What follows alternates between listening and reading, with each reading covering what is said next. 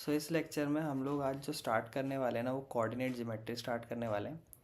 और इसमें आज मैं जो डिस्कस करने वाला हूँ ना वो हमारा प्रीवियस ईयर का क्वेश्चन है जिसका सेट है 31 ठीक है, जो सेट 1 है मेरे ख्याल से। तो मैं इसका कोऑर्डिनेट ज्योमेट्री स्टार्ट करूँगा आज, ठीक है। तो इस पेपर को हम कंप्लीट करेंगे, ठीक है।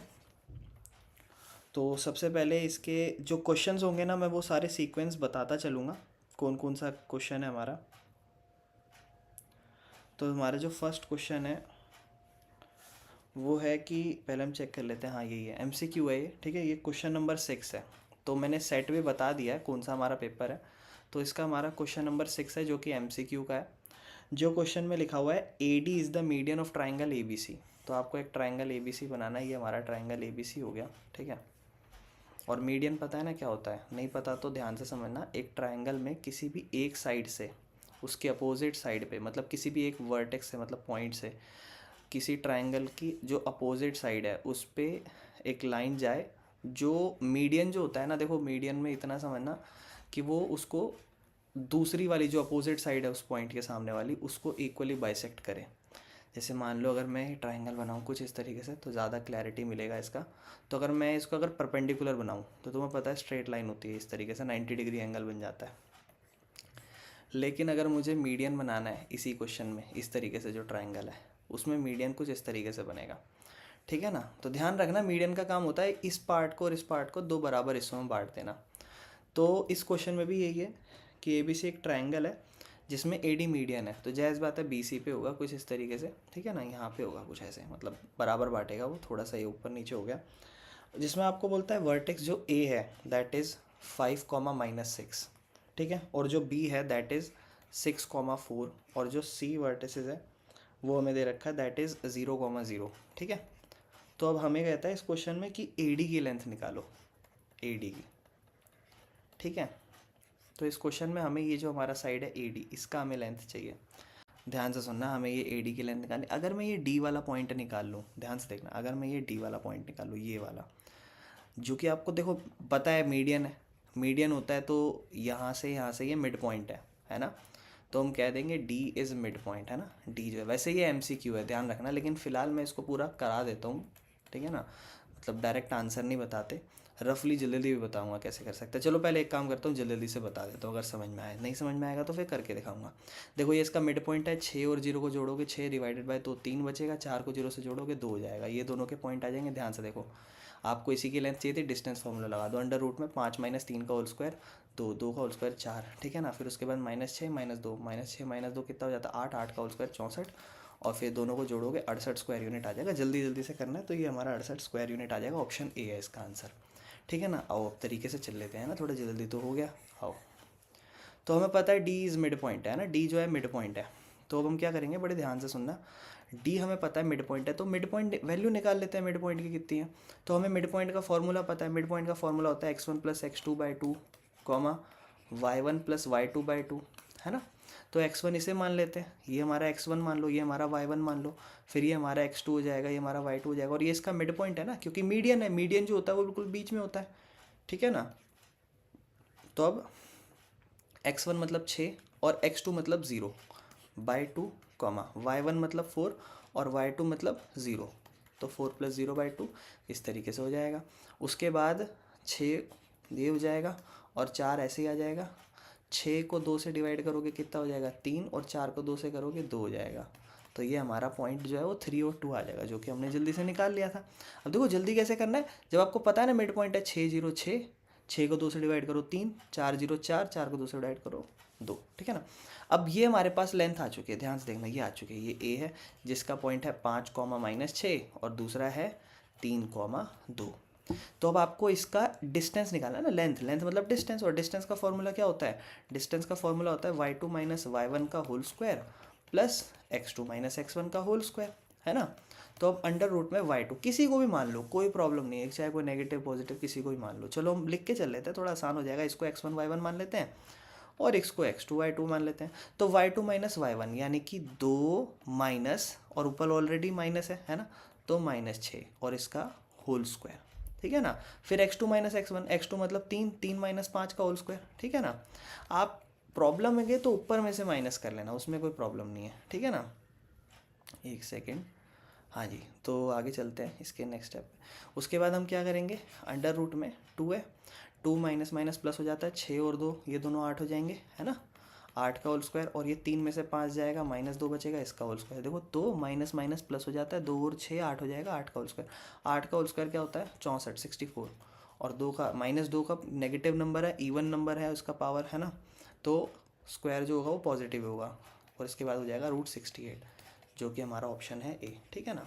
तो ये हमारा पहला क्वेश्चन हमने कंप्लीट कर लिया है, ठीक है ना। इसके बाद हम चलते हैं हमारा इसका नेक्स्ट क्वेश्चन। तो ये 6 था, ठीक है, सेट 1 का। अब इसके बाद जो हमारा क्वेश्चन आ रखा है ना, वो हमारा क्वेश्चन नंबर 11 आ रखा है, ठीक है, ध्यान से सुनना। जो क्वेश्चन नंबर 11 है उसमें बोलता है if the distance between the points, 2 points है उनके बीच का डिस्टेंस आपको ऑलरेडी दे रखा है, ध्यान से सुनना। एमसीक्यू है, थोड़ा जल्दी भी करेंगे फिर करेंगे। तो आपको 2 पॉइंट दे रखे हैं, तो पहले समझ लेते हैं इसे। तो कहता है distance between the points, 2 point है, पहला पॉइंट क्या है 3 और -5, और दूसरा पॉइंट है x और -5, ये 2 पॉइंट है। इन दोनों के बीच की जो दूरी है ना, कहता है वो 15 यूनिट है, ठीक है, कोई बात नहीं। कहते हैं इन दोनों के बीच की 15 यूनिट, तो x की वैल्यू बताओ। अब देखो ये तरीका अब अपने पास ऑप्शन ऑलरेडी है, ठीक है ना, तो आप ऑप्शन मान के भी चल सकते हो। अब ध्यान रखना x की 2 वैल्यू है, क्योंकि ऑप्शन में है यहाँ पर 2 वैल्यू, तो ऑप्शन को हम पुट करके भी कर सकते हैं यहाँ पे आंसर जल्दी से, ठीक है ना। तो एक ही ऑप्शन पुट करना, अगर जस्टिफाई हो तो उसी का दूसरा जो पार्ट है वो भी पुट करना, ठीक है ना। तो ध्यान रखना ये एमसीक्यू में अगर आएगा तो आपको सॉल्व वॉल्व नहीं करना, टाइम वेस्ट नहीं करना, सॉल्व में बहुत ज़्यादा लंबा जाएगा, ये 3 नंबर का क्वेश्चन बनेगा अगर सॉल्व करेंगे तो। नहीं तो हमें जस्ट ऑप्शन दे रखे हैं तो ऑप्शन से चलते हैं। तो क्यों ना हम ऑप्शन से चलें, 12 और -18 दे रखा है, ठीक है ना। एक कहता है -12 और 18 हो जाएगा, एक कहता है 18 और 5 हो जाएगा, और एक ऑप्शन है -9 और -12। चलो 12 लिख के देख लेते हैं। अगर मैं यहाँ 12 डाल दूँ तो आपको पता है डिस्टेंस फार्मूला होता है, इसमें से इसका स्क्वायर माइनस 12 में से 3 गए 9, 9 का स्क्वायर क्या होता है 81, -5 और -5, ध्यान से देखना, -5 और माइनस का साइन होता है, इधर भी -5 है, तो ये +5 हो जाएगा और -5 जीरो हो जाएगा, ठीक है ना, और अंडर रूट में 81 रहेगा। तो ये तो हो नहीं सकता क्योंकि 81 तो 9 का होता है, तो यहाँ तो काम नहीं हो पाएगा। ऑप्शन से चल रहे हैं ना हम, ऑप्शन के अकॉर्डिंग ये 9 तो नहीं हो पाएगा, तो ये वाला तो नहीं होगा। -12 अगर मैं रख के देखूँ तो मैं चेक करता हूँ, तो -12 सेकंड ऑप्शन रख के देखते हैं इस बार, ठीक है ना। ध्यान से देखना, रूट के अंदर आएगा, यहाँ -12 होता, तो -12 में से -3 जाता, तो क्या होता -12 -3 का होल स्क्वायर। एक सेकेंड, थोड़ा गलत लिखते, दोबारा लिख देते हैं उसको, वैसे सही लिखा था, -12, ठीक है ना, -12 x2 - x1। ध्यान रखना, फॉर्मूला एक बार फिर से लिख देता हूँ। फॉर्मूला होता है y2 - y1 का whole square plus x2 - x1 का होल स्क्वायर। ये 2 पॉइंट्स के बीच के डिस्टेंस का फॉर्मूला होता है। आप इसमें इस वाले पॉइंट को जैसे y2 - y1 को भी आगे रख सकते हो और x2 - x1 को भी आगे रख सकते हो, इसमें कोई प्रॉब्लम नहीं है, ध्यान रखना, ठीक है ना।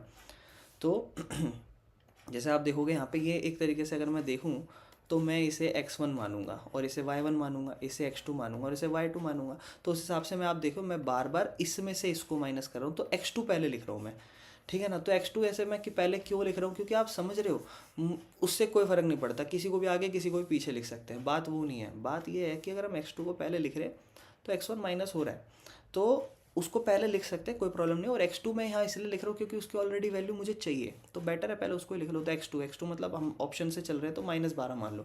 अच्छा, आप यूँ मत सोचना ये y की वैल्यू, ये x की y की, नहीं। जब आप सॉल्व करते हो तो ये चीज़ पता है ना आपको, 2 वैल्यू आती हैं, ठीक है ना, क्योंकि रूट में होता है फिर 2 वैल्यू आ जाती हैं x की, ना, तो इसलिए ये वैल्यू होगी। अगर ये वैल्यू एक्सेप्ट हो जाएगी ना तो जायज़ बात है दूसरी एक्सेप्ट हो ही जाएगी अपने आप, क्योंकि एक एक्सेप्ट कर रहा दूसरी भी आ जाएगी। -12 पे आते हैं, -12 और इधर क्या हो जाएगा, ध्यान से देखना, x2 - x1, x1 कितना है 3 है, और फिर इस पूरे का स्क्वायर, फिर होता है y2 मतलब -5 माइनस y1 कितना है -5, इसका होल स्क्वायर, ठीक है ना। फिर आप देखते हो -12 -3 हो जाता है -15 का होल स्क्वायर, और दूसरी तरफ तो फिर से जीरो बन जाएगा, माइनस माइनस +5 और -5 तो जीरो हो जाएगा। और -15 का होल स्क्वायर कितना होता है, -15 का होल स्क्वायर होता है 225, ठीक है ना, क्योंकि माइनस है, नेगेटिव का स्क्वायर है तो पॉजिटिव ही होगा। 225 का क्या हो जाता है, वापस से रूट 15 हो जाता है, तो ये तो 12 होना चाहिए, और यहाँ क्या बन रहा है 15। अब देखो 15 हमारा डिस्टेंस था, क्या हमारा डिस्टेंस सही बन रहा है, सही बन रहा है, इसका मतलब ये ऑप्शन हमारा सही है, ठीक है ना। अगर नहीं समझ में आया तो बाकी ऑप्शन भी देखो डाल के देखते हो, और फिर भी नहीं समझ में आएगा तो लास्ट में वैल्यू भी पुट करा के दिखा दूंगा, ठीक है ना, क्योंकि ज़रूरी नहीं है हम यही एक्सपेक्ट करें कि ये नहीं आएगा। पर देखो ये बहुत सही क्वेश्चन है, अच्छा खासा टाइम वेस्ट कर रही है, तो इनको प्रॉपर करने मत बैठ जाना पेपरों में, ठीक है ना। जैसे अगले में अगर मैं 18 डाल देता तो 18 माइनस 3 हो जाता, और दूसरे में मतलब 18 होता, तो वो चेक करता हूँ क्या ये सही है। अच्छा ये भी प्रॉब्लम हो सकती है कि यहाँ 12 और 18 है या 18 है, मेरे को लग रहा है यहाँ भी मेरा आंसर सही आ जाएगा, तो फिर कन्फ्यूजन होने वाली है, देखना भी नेक्स्ट स्टेप में। 18 इसको हम 18 मान लेते हैं, 18 माइनस 3 का होल स्क्वायर 15 का होल स्क्वायर रह जाएगा, और दूसरे तो -5 और -5 ये तो जीरो हो जाएगा, हर बार करके देख रहे हैं जीरो रहो, ये तो फिर से 225, और इसमें भी 15 बन रहा है, तो भैया बी सही होगा या सी सही होगा, फिर से एक कन्फ्यूजन क्रिएट हो गई है। तो भैया मैं भी बता देता हूँ, क्योंकि एक्स की दो वैल्यू आएंगी ना, या तो एक्स की वैल्यू -12 के साथ 18 आनी चाहिए, या 18 के साथ 5 आनी चाहिए। अब आपको पता है -12 भी एक्सेप्टेबल है और 18 भी एक्सेप्टेबल है, आप खुद सोचो, -12 के बगल में ऑलरेडी 18 दे रखी नहीं दे रखी, तो हमारा बी आंसर होगा, सी नहीं होगा। समझ रहे हो सी क्यों नहीं होगा, करके देख लो, 5 में से 3 माइनस करोगे 2, 2 का उसका 4, और वो तो फिर से जीरो आ जाएगा, 4 तो होता नहीं है, यहाँ तो 15 आना चाहिए, तो 15 ये -12 और 18 डाल के ही आएगी, तो बी की वैल्यू हमारी ये ऑप्शन बी एक्सेप्टेबल होगा। अगर मैं इस पूरे क्वेश्चन को सॉल्व करूँ तो मैं सॉल्व करके ही बता देता हूँ। मान लो ये एमसीक्यू नहीं है, मान लो ये जनरली आप देखोगे एनसीईआरटी के ठीक ठीक क्वेश्चन है ये, ठीक है ना। अगर मैं ध्यान से देखूँ तो मुझे चाहिए भाई एक्स का वैल्यू, ठीक है ना। अब अपने को पता है डिस्टेंस फार्मूला होता है, इसको अपन x2 इसको x1 मान चुके हैं, तो अगर डिस्टेंस फार्मूला हम लगाते तो हम क्या लिखते, भाई डिस्टेंस फार्मूला होता है y2 माइनस y1 का whole square plus x2 minus x1 का होल स्क्वायर, जो कि बराबर होता है उसी के डिस्टेंस के, क्योंकि पूरा सॉल्व होकर डिस्टेंस आता है, डिस्टेंस कितना है 15। अब ये रूट अच्छा नहीं है, तो रूट तो बाद में हटाएंगे, पहले वैल्यू तो पुट कर दें।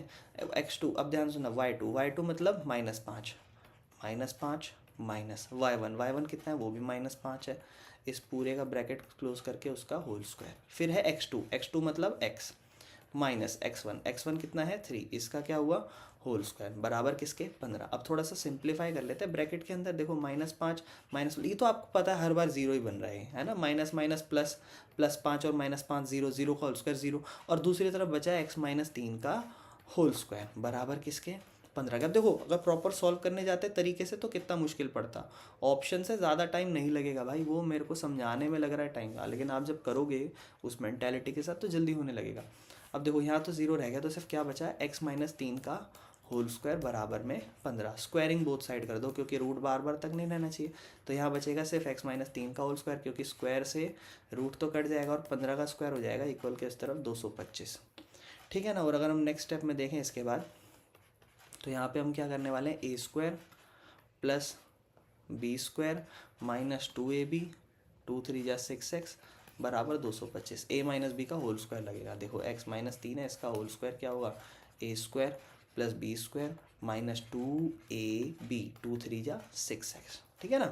तो यहाँ पर नेक्स्ट स्टेप में अगर मैं ध्यान से देखूँ, a माइनस बी का होल स्क्वायर लगा दिया, अब आप देखो ये 9 को उधर भेजो, है ना, तो x² या फिर 225 को इधर ले आओ, x², इस तरफ लिखो माइनस का 6x, इस तरफ लिखो प्लस का 9, इधर आके माइनस का 225 बराबर 0, फिर आप लिखोगे x² माइनस 6x माइनस का 225 में से 9 गया, कितना बचा 216 बराबर 0। अब आप देखो बन गया ना कितना मुश्किल, तो भाई अब वो चीज़ समझनी पड़ेगी, ठीक है ना। तो अब आपको क्या करना पड़ेगा, यहाँ फैक्टराइज करना पड़ेगा। फैक्टराइज कैसे, अब देखो मेरे को पता है आंसर 12 और कितना आ रहा था, यहाँ भी मैंने ऊपर देखा ना, मेरा एक आंसर बन रहा था 12 और 18 बन रहा था, है ना। ऑप्शन के अकॉर्डिंग अगर हम देखें तो -12 और 18 था, तो -12 और 18 देखना, तो मुझे पता है -12 और 18 ही आने वाले हैं इसके आंसर। और अगर मैं 12 18 को मल्टीप्लाई चेक कर लेंगे, नहीं तो छोड़ो ऐसे ही लिख लेते हैं, प्रॉपर सॉल्व करते हैं, मिडिल टर्म स्प्लिट करके चल लेते हैं, छोड़ो। तो ये देखो यहाँ आप 206, अब देखो यहाँ क्वाड्रेटिक फार्मूला भी लग सकता है, b² माइनस 4ac वैसा भी हो सकता है। 216 है, ऐसे दो नंबर जिनको हम मल्टीप्लाई करें तो 216 आए और प्लस माइनस करें तो 6 आए, तो वो अब वो सोचना पड़ेगा। वैसे 12 और 18 से आ जाएगा मेरे ख्याल से, एक बार करके देख लेते हैं। 18 10 180, 180 एंड 36 हो जाएगा 216। हाँ 18 और 12 इसके दो फैक्टर होंगे, ठीक है ना। तो 18 और 12 को माइनस करेंगे 6 आएगा, और 18 12 को गुणा करेंगे 216, यानी कि ये पूरा फैक्टराइजेशन होके दो वैल्यू बनेगी एक्स की, ठीक है ना। तो तब जाके ये प्रॉपर होगा। लेकिन अगर एमसीक्यू से करोगे तो समझ गए ना, ऑप्शन से आंसर निकालना है, इसको इतना टाइम नहीं लगाना, इसमें कन्फ्यूजन भी हो सकती है, क्वेश्चन गलत भी हो सकता है, ठीक है। तो ये अपने दो क्वेश्चन हो गए, ये जो हमने क्वेश्चन करा था ये क्वेश्चन नंबर 11 था, ठीक है। इसके बाद हम नेक्स्ट क्वेश्चन पे चलते हैं। नेक्स्ट क्वेश्चन नंबर 17 है, ध्यान रखना है इसी फर्स्ट सेट के पेपर का। क्वेश्चन नंबर 17 कहता है एक सर्कल बना हुआ है, ठीक है ना। तो आओ जरा सर्कल बना लेते हैं, ठीक है। कहता है एक सर्कल बना हुआ है, ठीक है, और उस सर्कल में आपको एक वैल्यू दे रखी है, देखना जी ध्यान से। हाँ चलो कहता है एक सर्कल है जिसमें जो सेंटर है ना वो किस पॉइंट पे है। कहता है जो सेंटर है ना ये जो सेंटर है यहाँ पर, कहता है ये जो पॉइंट पे है ना वो 2,0 पॉइंट पे है, ठीक है, ये सेंटर है 2,0 पॉइंट पे। और कहता है जो डायामीटर है ना पूरा, उसका डायामीटर का एक एंड 6,0 है, ठीक है ना। तो कहता है दूसरा एंड बताओ। देखो बहुत आसान क्वेश्चन है, जब भी सर्कल का क्वेश्चन आ जाए समझ जाना मिड पॉइंट लगने वाली है। क्यों? क्योंकि रेडियस होता है, इस तरफ भी रेडियस इस तरफ भी रेडियस, ये मिड पॉइंट ही होगा, जायज़ बात है, क्योंकि यहाँ से लेकर यहाँ, यहाँ से लेकर यहाँ बराबर दूरी होती है, बराबर दूरी इनकी मिड पॉइंट है एक तरीके से। तो ये मिड पॉइंट का वैल्यू है, ठीक है ना। मिड पॉइंट का फॉर्मूला लगता है x1 और इस तरफ होता है y1, है ना, दो पॉइंट होते हैं। यहाँ पे मान लो इस तरफ का जो पॉइंट होता होगा कॉर्नर पॉइंट, ये जो पॉइंट है ये तो हमारा x1 y1 होता है, ये वाला हम मान लेते हैं x2 होता होगा और y2 होता होगा, और ये बीच की वैल्यू होती होगी जिससे हमारा x और y कोऑर्डिनेट निकलते होंगे। तो हमारा x और y कोऑर्डिनेट निकलते होंगे मिड पॉइंट के, कैसे निकलते होंगे, अगर हम x1 प्लस y1 करें बाई 2 करें, comma x1 plus x2 by 2 करें, फॉर्मूला गलत लिख दिया था, और y1 बाई y2 करें बाई 2, ठीक है, y1 प्लस y2 बाई 2, ठीक है ना। तो ये हमारा मिड पॉइंट है। अच्छा इसे ध्यान से सुनना मेरी बात, इसको अब हम डायरेक्ट जल्दी देखते हैं ना हमारा आंसर। तो मुझे पता है कि मुझे ये वाली वैल्यू चाहिए, है ना। अब मुझे ये वाली वैल्यू कैसे निकालनी है, मुझे पता है मैं 6 को किसी में जोड़ूंगा, 6 को मैं किसी में जोड़ूंगा और 2 से डिवाइड करूंगा तो मेरे दो बीच की x वाली वैल्यू आ जाएगी। तो देखो 6 को 2 से करूंगा तो 3 तो ऑलरेडी आ रखा है, तो भैया यहाँ तो कुछ ऐसा नंबर आना चाहिए जो, क्योंकि 3 तो ऑलरेडी बन रहा है और वहाँ 2 आ रहा है, नेगेटिव आंसर आ रहा है। अगर मैं यहाँ -2 रख दूँ तो 6 - 2 4, 4/2 यानी कि पहले पॉइंट तो -2 पता चल गया, दूसरा 0 है और इधर भी 0 ही बन रहा है मिड पॉइंट पे, तो दूसरा वैल्यू भी क्या ही होने वाला है, 0 होने वाला है। और ये तो समझ ही लो ना, वो सेम एक्सिस पे अगर आप ध्यान से देखो तो एक एक्सिस तो सेम ही होगा, या तो x का वैल्यू पूरा सेम होगा या y का वैल्यू पूरा सेम होगा, है ना। तो ये -2,0 अपना पॉइंट हो जाएगा, बेसिक्स है, कुछ भी नहीं है इसके अंदर, ठीक है ना। तो चलते हैं आगे, ठीक है ना। एक बार फॉर्मूले से भी करके देख लेते हैं इसमें। तो अपन ने फॉर्मूला तो ऑलरेडी पुट कर ही लिया है, अब चलते हैं नेक्स्ट स्टेप पे। तो अपने जो पॉइंट आ रखे हैं बीच के वो 2,0 आ रखे हैं। x1 क्या है, x1 है 6 प्लस x2 क्या है, हमें तो निकालना है x2 अपॉन में 2 है, ठीक है। दूसरा है y1 कितना है 0, ठीक है ना। और दूसरा क्या है, दूसरा तो हमें निकालना है, और नीचे क्या है 2। अब ध्यान से देखना, जो x1 वाला है उसको x1 वाले के बराबर रख दो, जो y1 वाला है y1 के बराबर। ये जैसे x1 वाला है इसको x1 के बराबर रखो, यानी कि 6 प्लस x2 बाई 2 कॉमा बराबर 2 के, तो उधर गया 4 हो जाएगा, यहाँ बराबर 6 प्लस x2। अब x2 को यहीं रखो, 6 को उधर भेज दो, 4 - 6 आंसर आ जाएगा -2, जो हमने ऑलरेडी ऑप्शन से ही सोच लिया था। और अगर मैं यहाँ y2 की बात करूँ तो 0 प्लस y2 बाई 2 किसके बराबर है, इस साइड पे ये 0 के, क्योंकि x वाला x के बराबर होता है, y वाला y के, ये इधर जाएगा 0 हो जाएगा, यहाँ से y2 रह जाएगा, y2 0 के बराबर है, यानी कि 2 पॉइंट निकल गया -2 और 0, ठीक है जी। चलो तो ये हमारा क्वेश्चन नंबर हमने 17वां कर लिया। इसके बाद इस चैप्टर में अभी देखो 3 नंबर का हमारा कोऑर्डिनेट ज्योमेट्री आ चुका है फाइनल एग्जाम में। अभी हम देखें अगर आगे, तो हमारा क्वेश्चन सेक्शन सी है, ठीक है ना। अभी जो नेक्स्ट सेक्शन है सी है, और सेक्शन सी में हर एक क्वेश्चन 3 मार्क्स का तो होता है, ठीक है। तो ये एक 2 पार्ट्स में डिवाइड कर रखा है, और है एक तो ऑप्शन ऊपर वाला दे रखा है, एक नीचे और पार्ट दे रखा है, तो हम दोनों कर लेंगे, कोई दिक्कत नहीं है, ठीक है ना। तो जो इसका ए पार्ट दे रखा है आपको इस क्वेश्चन का, हालांकि और लिखा हुआ है उसमें, लेकिन ए और बी भी लिखा हुआ है, तो वैसे तो और है, तो एक ही पार्ट करना है हमें। अब देखो ये थोड़ा शायद एनसीईआरटी का लग रहा है मुझे, देखते हैं। फाइंड द रेशो, देखो रेशो निकालनी है, यानी कि सेक्शन फॉर्मूला लगने वाला है, ठीक है ना। फाइंड द रेशो, एक रेशो निकालने है, तो जायज़ बात है जब भी रेशो की बात हो जाए ना तो छूटते ही 2 पॉइंट बना देना, हो सकता है वो पॉइंट आपको गिवन हो या हो सकता है नहीं भी गिवन हो। कहता है रेशो निकालो जिसमें एक पॉइंट है 8/5 और कॉमा y, वो डिवाइड कर रहा है। तो 8 एक पॉइंट है और वो डिवाइड कर रहा है, वो एक पॉइंट ये जो है ये डिवाइड कर रहा होगा। देखो इस पे देखो, जैसे एक पॉइंट है वो क्या कर रहा है, डिवाइड कर रहा है, तो किसको, लाइन को डिवाइड कर रहा होगा, यानी कि ये बीच के पॉइंट की बात हो रही है। तो जो पॉइंट है वो क्या है 8/5 y, ये जो पॉइंट है ना ये डिवाइड कर रहा है। कहता है किसको डिवाइड कर रहा है, 2 सेगमेंट को, एक है 1,2 लाइन सेगमेंट के जो पॉइंट्स है 1,2 और दूसरा है 2,3, इनको डिवाइड कर रहा है, ठीक है ना। तो find the ratio in which 8/5 y divide the segment joining the points and find the value of y। इसमें आपको y का वैल्यू निकालना है। ये क्वेश्चन की डिटेल्स ठीक है ना, रेशो भी निकालना है और उसके साथ साथ हमें line segment of the points also find the value of y. चलो देखते हैं एक बार. तो हमें y की वैल्यू निकालनी है, ठीक है ना. ठीक है, find the value of y और रेशो भी निकालनी है. अच्छा ठीक है, मेरी बात ध्यान से सुनो. ठीक है, इसमें कोई प्रॉब्लम नहीं है. आप देखो कॉर्नर पॉइंट्स हैं, है ना, और बीच में आपको जो पॉइंट निकालने के लिए दिया है वो भी थोड़ा बहुत दे ही रखा है. और अगर आप देखोगे तो आप इस रेशो को k/1 मान लोगे, है ना. अब मेरी बात ध्यान से सुनना. आपको रेशो निकालने के लिए बहुत ध्यान से सुनना. जब भी आप कभी रेशो निकालते हो, पहले मैं आपको थोड़ा सेक्शन फार्मूला समझा देता हूँ. रेशो इसी k/1 मैं इसलिए लिख रहा हूँ क्योंकि रेशो निकालनी है. बाय चांस अगर इस क्वेश्चन में रेशो दे रखी होती तो मैं इसे लिखता m/n, है ना, इस तरीके से लिखता. और फिर n को पहले ये देखो, ये वाला पॉइंट होता है अपना x1, दूसरा होता है y1, ठीक है ना, और पहला है ये दूसरा वाला x2 और ये है y2. तो आपको पता है n x1 से मल्टीप्लाई होता है, पहले n वाला x1 से मल्टीप्लाई होता है, फिर m वाला x2 से होता है ना, और अपॉन में हो जाता है दोनों रेशो का सम, है ना. और इस पूरे से हमारी मिड वैल्यू निकलती है x वाले की. और अगर मैं y वाले पे आऊँ, बड़े ध्यान से सुनना, y वाले पे आऊँ तो दूसरा होगा n y1 से मल्टीप्लाई, है ना, प्लस m जो होगा वो किससे मल्टीप्लाई होगा, y2 से मल्टीप्लाई होगा. और नीचे दोनों रेशो जो हैं वो प्लस हो रही होंगी, है ना. और इस तरीके से हमारी रेशो की हेल्प से हम जिस पॉइंट को वो रेशो में काट रहे होंगे या बांट रहे होंगे वो पॉइंट हम निकाल लेते हैं x और y. और वो पॉइंट अब मैं डिटेल्स देखो आपको पुट करके देता हूँ, ठीक है ना. अब देखो, जब भी कभी रेशो निकालनी हो ना, बड़े ध्यान से सुनना ये बात. जब भी कभी रेशो निकालनी हो तो साइड के दोनों पॉइंट्स पता होने चाहिए. रेशो नहीं निकालनी, रेशो मतलब निकालनी है वो तो हमें नहीं पता, तो उसको तो k/1 मान लेना.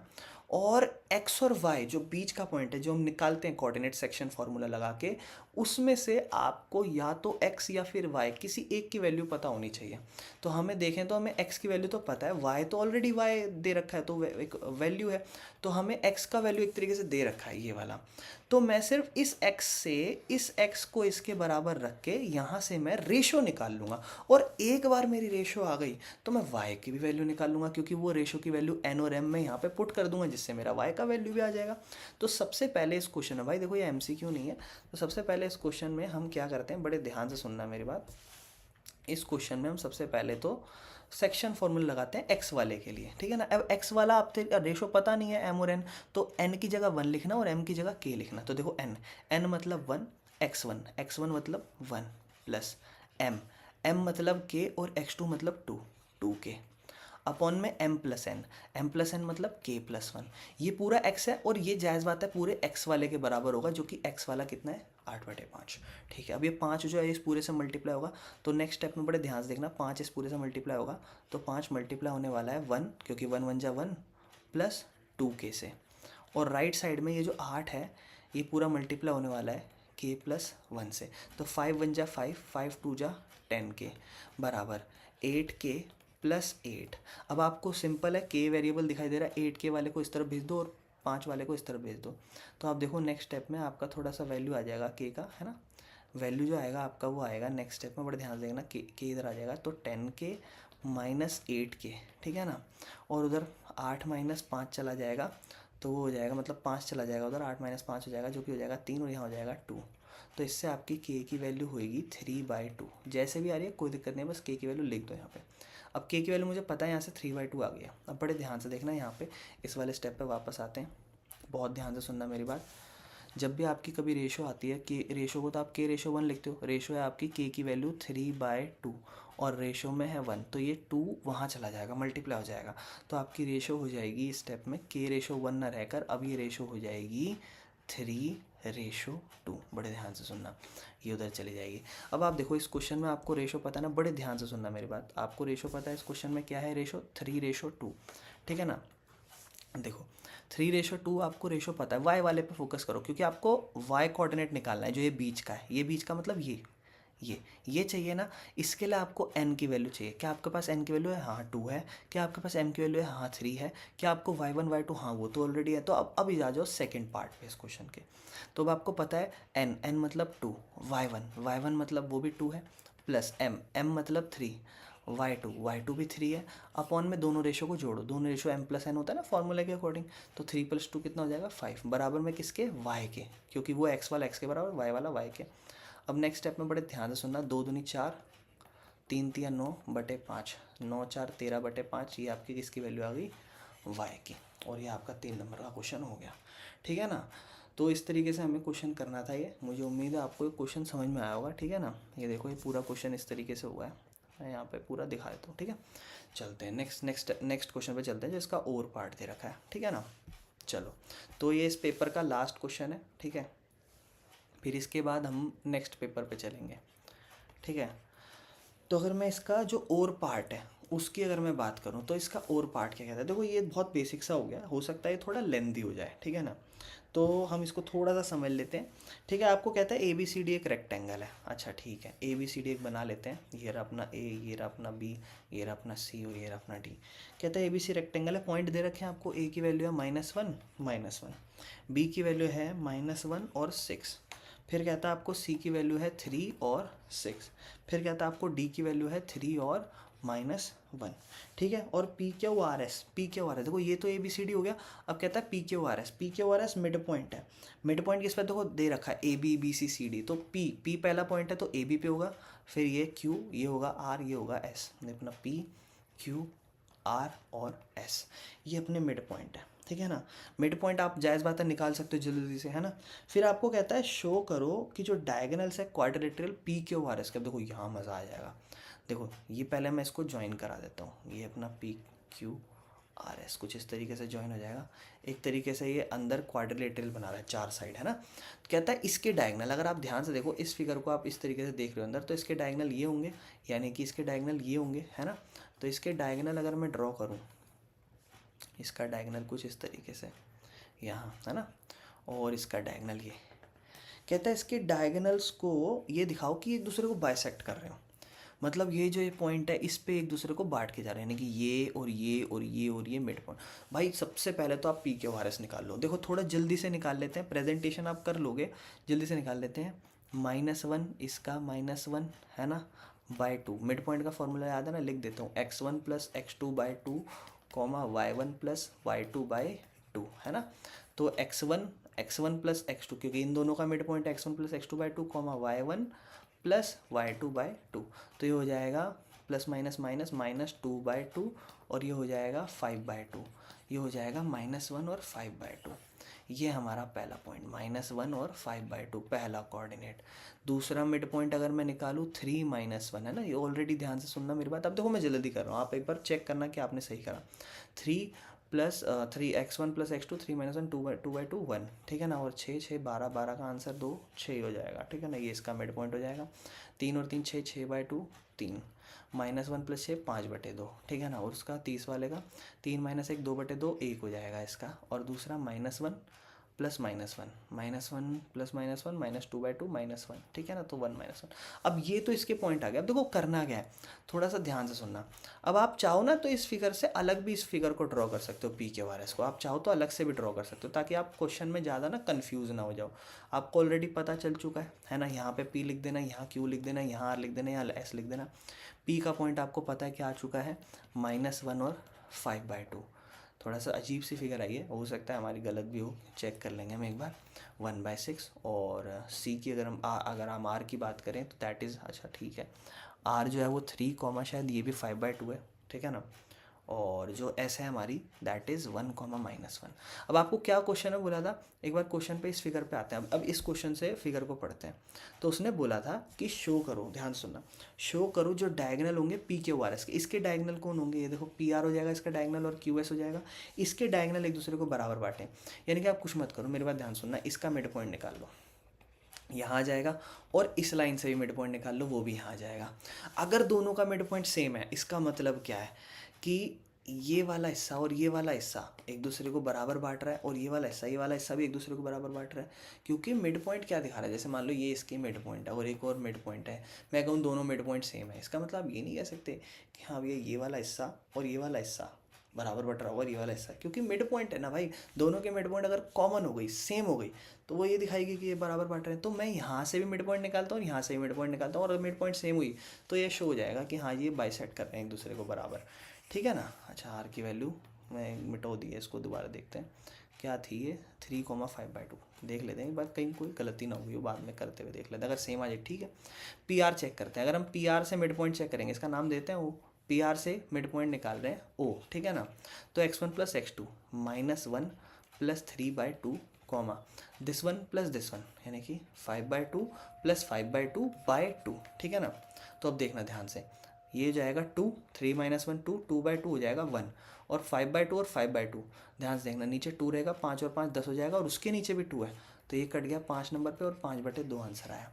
यानी कि इससे जो पहली मिड पॉइंट आई है वो 1,5/2 आई है। अब यहाँ से जो मिड पॉइंट निकालूंगा ना भाई, ध्यान सुनना, वो भी यही आनी चाहिए, है ना। यहाँ से जो मिड पॉइंट निकालूंगा वो भी यही आनी चाहिए। तो पहला x1 प्लस x2 यानी कि 2/2 कॉमा y1 प्लस y2 यानी कि 6 प्लस -1, तो 6 प्लस -1/2 जो कि हो जाएगा 5/2। तो 2/2 हो जाता है 1, और 5/2 ऑलरेडी दूसरा पॉइंट है। तो देखो हमने यहाँ से क्या निकाला कि दोनों जगहों से जो मिड पॉइंट है वो हमारी सेम आई, और जब दोनों जगहों से हमारी मिड पॉइंट सेम आएगी तो हम नेक्स्ट स्टेप में ये कह देंगे the mid point from P Q and the mid point from midpoint from PR and midpoint from QS both are same. It means that diagonals are diagonals bisect each other, ठीक है ना, equally bisect each other, ठीक है। तो इस video में भी जो हमने करा है वो सेट 1 करा है, इसके जो नेक्स्ट पार्ट है उसमें हम सेट 2 करेंगे। तो अब जो हमारा सेट है इसमें, वो अब हमारा जो पेपर का सेट है उसका सेट नंबर लिख देता हूँ मैं, जो कि है 30-1, मतलब सेट 2 है, जो सबसेट 1 है इसका, ठीक है, मतलब सेट 2 है ऐसा समझ लो। और इसमें भी हम कोऑर्डिनेट ज्योमेट्री को आगे कंटिन्यू करते हैं। तो इसका पहला क्वेश्चन नंबर 2 है, ठीक है। ये क्वेश्चन नंबर 2 क्या कहता है, कहता है एक पॉइंट P है, ठीक है ना, वो डिवाइड करता है एक लाइन सेगमेंट को, ठीक है ना। तो एक पॉइंट P होगा जो एक लाइन सेगमेंट को ऐसे डिवाइड करता होगा, ठीक है, थोड़ी सी गलत बन गई, मतलब एक लाइन सेगमेंट होगी और उसको ये P पॉइंट है, ये डिवाइड करता है, ठीक है ना। और वो जो लाइन है ना वो जॉइनिंग है उस पॉइंट की, जैसे एक A है मान लो और एक B है, जिसकी जॉइनिंग है 4,-5 और दूसरा है 1,2, ठीक है ना। कहता है इसको, ये जो P पॉइंट है ना वो 5:2 में बांटता है, ठीक है। तो आपको कहता है इसके कोऑर्डिनेट्स बता दो, यानी कि x और y की वैल्यू बता दो। अब देखो पहले जस्ट आप MCQ कर रहे हो तो इस चीज़ को समझो कि आप इसका आंसर जल्दी करने की कोशिश करोगे, है ना। ये हमारा 4 - 5 है और 1 और 2 है, तो आप जल्दी से इसको करने की कोशिश करोगे। तो ऐसा क्या केस है जिससे हम जल्दी से कर सकते हैं, तो देखो रेशो पढ़ो, n/1 फॉर्मूला याद होना चाहिए, है ना। x और y निकालना है, n/1 2 चौक 8, ठीक है ना। उसके बाद m/2 यानी कि 5 एकम 5 अपॉन में n+m, दोनों रेशो को जोड़ दो। उसके बाद ny1 मतलब 2 गुना -5, उसके बाद my2 5 गुना 2, ठीक है ना, बाय दोनों रेशो को जोड़ दो। उसके बाद 8 5 13, 13/7 कॉमा 2 पंजे -10 और +10 बाय 7, ठीक है ना। देखो वैसे आपका आंसर एक आते ही जल्दी से 13/7 आते ही ऑप्शन चेक कर लेना, नहीं तो यहाँ 0 हो गया, 0/7 है, ये आपका ऑप्शन हो गया हमारा C, ठीक है ना। तो देखो आपको यहाँ पे किसी क्वेश्चन में कोई फॉर्मेलिटीज़ पूरी नहीं करनी है, ठीक है ना। ये सिर्फ MCQ है, ऑप्शन टिक करने जल्दी से काम करना है। लेकिन अगर ये मान लो 1-2 नंबर का या बेसिक के पेपर में आ जाए, किसी के 2 नंबर में आ जाए, तो भाई इस क्वेश्चन को कैसे करेंगे, है ना। तो उस सिचुएशन में आपको पता है यहाँ सेक्शन फार्मूला लगने वाला है, और सेक्शन फार्मूला क्या होता है, n/1 प्लस m/2। देखो जिस किसी को भी जैसे ही आप वीडियो देख रहे हो आपको समझ आता जाए तो इस पार्ट को स्किप करके आगे बढ़ जाना, ठीक है ना, नेक्स्ट क्वेश्चन की तरफ आना, और इस पे ज़्यादा टाइम वेस्ट मत करना। अब स्लो एक्सप्लेनेशन चलेगा, पहले मैं जल्दी से समझा देता हूँ इस क्वेश्चन को, फिर स्लो एक्सप्लेनेशन है। जो MCQ होंगे, जो नॉर्मल क्वेश्चन होंगे उसको हम नॉर्मल आराम से ही चलेंगे। अब इसको n/1 प्लस m/2 अपॉन में n+m, ये हमारा लिख दिया। फिर इसके बाद हम करेंगे ny1 प्लस my2 अपॉन में n+m, ये हमारे जो होता है सेक्शन फार्मूला होता है। सेक्शन फार्मूला की रेशो होती है, देखो रेशो क्या होगी, m/n, यानी कि m की वैल्यू 5 है, n की वैल्यू 2 है, और इससे आपके वो रेशो के पॉइंट्स निकलते हैं, यानी कि जो x y दे रखे ना ये। अब x1 आप इसको मानते हो, यानी कि x1 आपका 4 हो गया, y1 इसको मानते हो, y1 आपका -5 हो गया। अब उसके बाद x2 आपका 1 हो गया और y2 आपका 2 हो गया।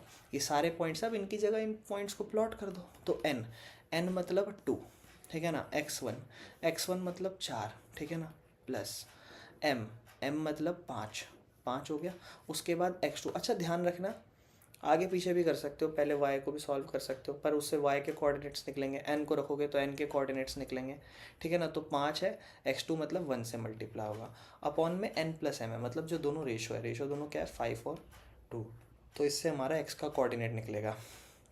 इसके बाद अगर मैं नेक्स्ट पार्ट में देखूँ, तो नेक्स्ट पार्ट में अगर मैं इसको ध्यान से देखूँगा तो ny1 मतलब 2, y1 मतलब -5, ठीक है ना, प्लस m मतलब 5, y2 मतलब 2, अपॉन में n प्लस m, तो ये हो गया मेरा आंसर, ठीक है। इसके बाद ध्यान से देखना, 2 4 जा 8 प्लस 5 1 जा 5 अपॉन में 7, कॉमा 2 5 जा -10 प्लस 5 2 जा 10 अपॉन में 7। नेक्स्ट स्टेप में 8 और 5 13/7, कॉमा -10 प्लस 10 0/7, जो कि 0 ही हो जाता है, तो ये हमारा हो जाएगा 13/7, कॉमा 0। ये हमारा कोऑर्डिनेट हो जाएगा, which is our option number C, ठीक है ना। तो मुझे उम्मीद है आपको ये समझ में आया होगा, ठीक है ना। चलो आगे चलते हैं नेक्स्ट पार्ट पे। इसके बाद अगर हम नेक्स्ट पार्ट देखें तो इसका नेक्स्ट जो MCQ आएगा नेक्स्ट क्वेश्चन में, वो आएगा क्वेश्चन नंबर 15 में, ठीक है। तो क्वेश्चन नंबर 15 में इसका नेक्स्ट MCQ आया जो कहता है XOYZ इज़ अ रेक्टेंगल, ठीक है ना। तो देखो थोड़ा जल्दी से करना है पहले सोचते हुए, ये लो जी XOYZ, ये एक रेक्टेंगल हो गया। कहता है x का कोऑर्डिनेट है -3,0, O का कोऑर्डिनेट है 0,0, अगले का है 0,4, अगले का है Z वाले का x,y, ठीक है जी। आपको कहता है length of its each diagonal, उसके हर एक डायगनल की लेंथ बताओ, यानी कि इसके डायगनल ये है ना, और एक ये इस डायगनल की। अब आप ऑप्शन भी ज़रा पढ़ लेना पहले। अगर हम ऑप्शन में देखें तो एक ऑप्शन है 5 आ रहा है, एक में √5 आ रहा है, एक में x² y² आ रहा है, ठीक है ना, और एक में 4 आ रहा है, ठीक है ना। तो इसके हर दोनों डायगनल्स की आपको यूनिट बतानी है, इसकी length of its each diagonals. तो क्या होगा, देखो पहले आप ये देखो, डिस्टेंस, लेंथ मतलब डिस्टेंस हो गया, ये पहला डायगनल है XY, अगर मैं इसका डिस्टेंस लगा दूँ, जो कि डिस्टेंस का फॉर्मूला क्या होता है, y2 - y1 का whole square plus x2 - x1 का होल स्क्वायर, है ना। या फिर अगर मैं ये OZ वाला जो पॉइंट है इसका अगर मैं निकालूंगा, इसमें भी सेम यही फॉर्मूला लगेगा। तो मैं एक काम करता हूँ, दोनों से चेक करता हूँ क्या क्या आंसर आएगा, फिर मैं उससे ऑप्शन देख लूँगा। अच्छा, अगर मैं XY का डिस्टेंस निकालूँ तो इसको मान लेते हैं x1, इसे y1, इसे x2 और इसे y2। तो सबसे पहले y2 - y1, y2 मतलब 4 - y1 -0, 4 - 0 का होल स्क्वायर प्लस x2 मतलब 0 माइनस x1 मतलब -3 का ऑलरेडी होल स्क्वायर है। इसके बाद नीचे 4 है, 4 का होल स्क्वायर 16 हो जाता है, -3 + 3 माइनस प्लस 3 हो जाएगा, 3 का होल स्क्वायर 9 हो जाएगा, और ये तो हो जाएगा हमारा √25, जो कि होता है 5 स्क्वायर यूनिट, है ना, 5 स्क्वायर यूनिट हो जाएगा हमारा। पर मेरी बात ध्यान से सुनना, इसका एक सवाल भी हो सकता है आपके मन में कि ये 5 जो है वो रूट का जब भी कभी सॉल्व होता है तो क्या कहते हैं प्लस माइनस आंसर आता है, या हम पॉजिटिव ही क्यों एक्सेप्ट कर रहे हैं, क्योंकि ये लेंथ निकाल रहे हैं, डिस्टेंस निकाल रहे हैं, distance can not be negative, है ना। तो ये हमारा 5 स्क्वायर यूनिट आ गया, इस पॉइंट से हमारा लेंथ है। क्या हम देखेंगे क्या है हमारे ऑप्शन में है, तो हाँ 5 स्क्वायर यूनिट ऑप्शन में है। अब दूसरा देखते हैं, दूसरा ईच क्या कहते हैं इसके डायगनल की दूसरी लेंथ चेक करते हैं। तो 5 स्क्वायर यूनिट आ गई है, अब दूसरे की यूनिट चेक करते हैं। दूसरे के हिसाब से अगर हम फॉर्मूला लगाएंगे तो हम इसको x1 x2 मान लेते हैं, x1 y1, और इसको हम मान लेते हैं x2 और y2, ठीक है ना। अब ध्यान से सुनना है इस क्वेश्चन में, तो इस क्वेश्चन का अगर हम चेक करेंगे तो x2 y2 है, यानी कि x2 मतलब इसको y2 - y1 है, फॉर्मूले के अकॉर्डिंग y2 मतलब y, ठीक है ना, माइनस y1 मतलब 0, और x2 - x1 मतलब x - 0, और ये आ गया अंडर रूट में, y में से 0 हो जाएगा y² और x में से 0 हो जाएगा x², है ना। अब आप ध्यान से देखो, ठीक है ना, ये स्क्वायर यूनिट बचा है ना, ये क्योंकि इसमें और कुछ हो नहीं रहा, जो है वही रखेंगे। अगर आप ध्यान से देखोगे 5 स्क्वायर यूनिट ऑप्शन में है, लेकिन x² और y² जो है वो विदाउट ब्रैकेट है, ऐसे दे रखा है x² और y² स्क्वायर यूनिट।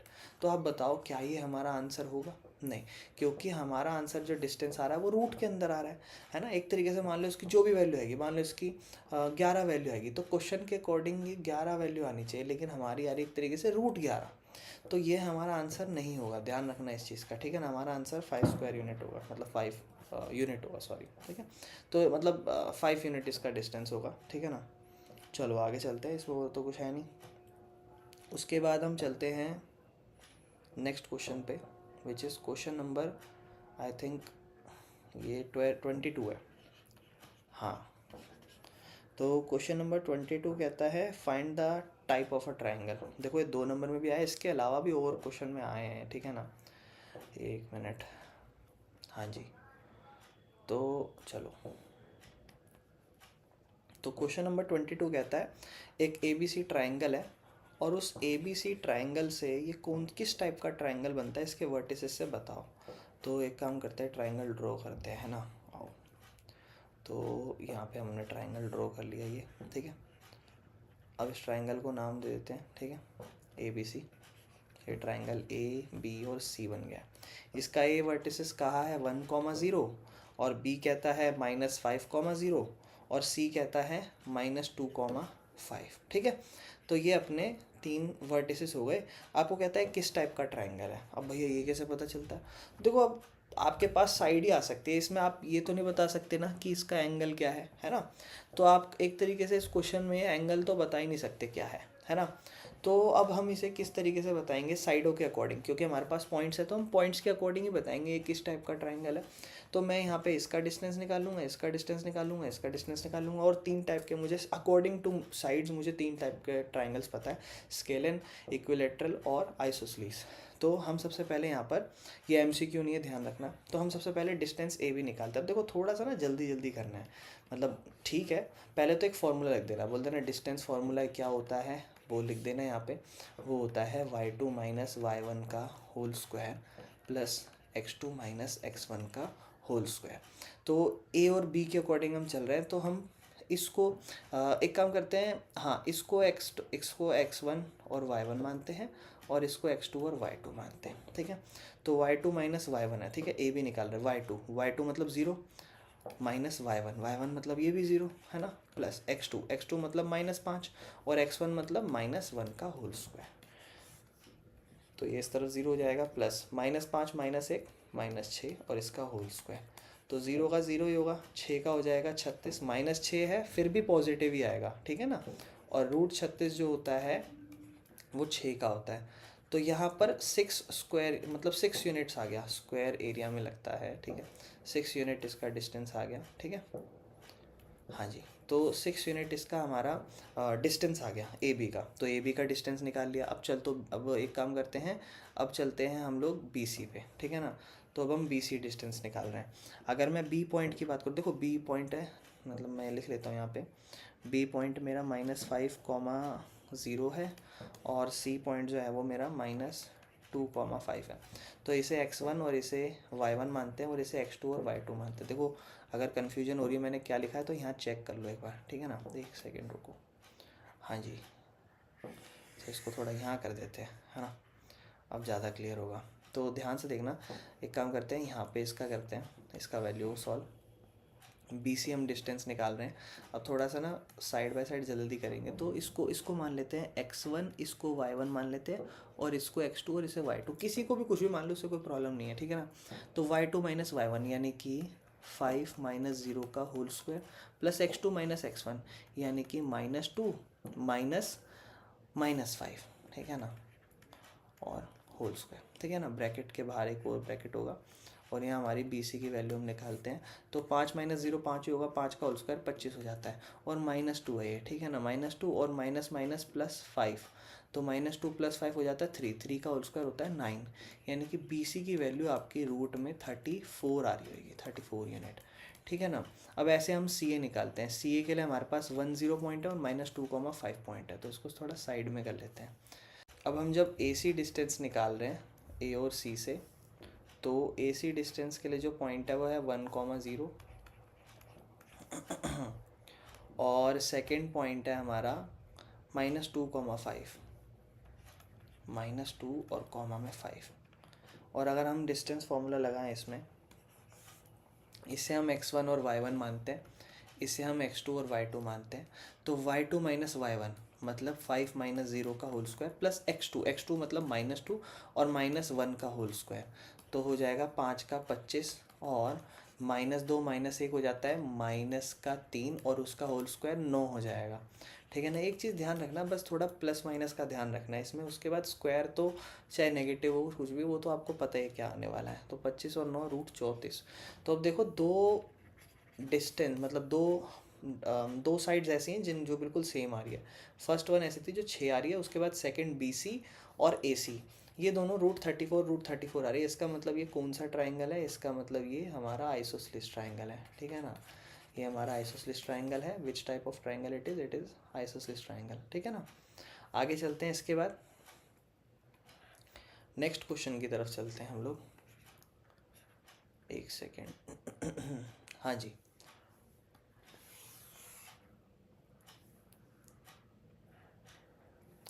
तो नेक्स्ट क्वेश्चन देखते हैं। इसके बाद जो नेक्स्ट क्वेश्चन है ना भाई, वो क्वेश्चन नंबर 25 है। ठीक है, और ये दो पार्ट में है, A और B करके।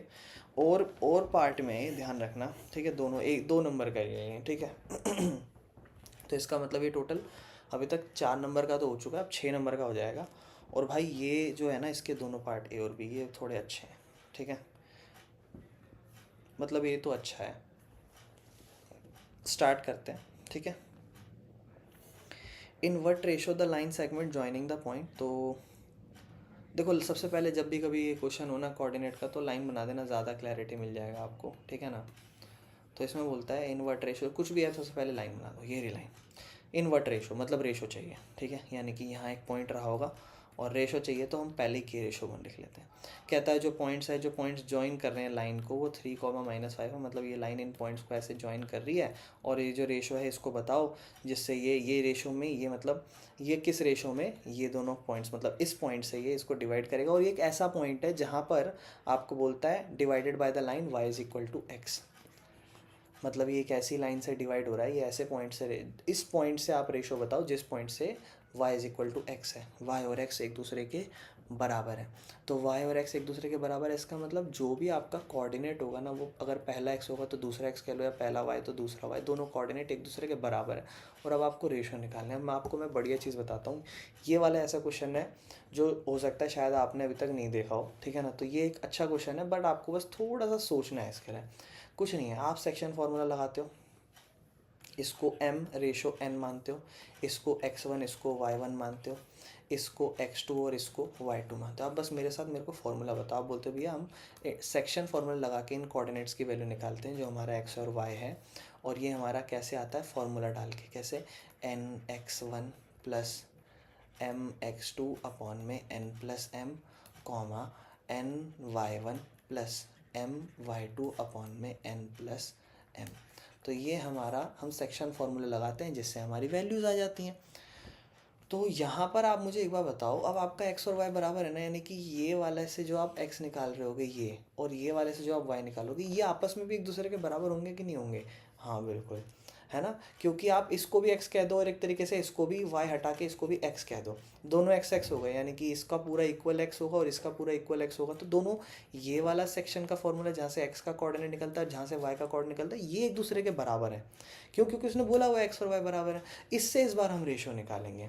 तो आप पहले ना कुछ मत करो, वैल्यू पुट करो। जैसे nx1, ये n मतलब 1 है ना, कि जब भी रेशो निकालनी हो k/1 मान लेना। nx1 मतलब 1, x1 मतलब एक सेकेंड, इसको थोड़ा ठीक कर देते हैं।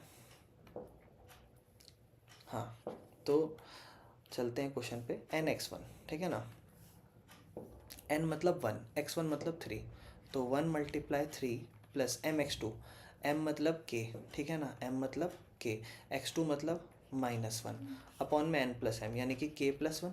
ठीक है ना। अब ये आपका x का आ गया।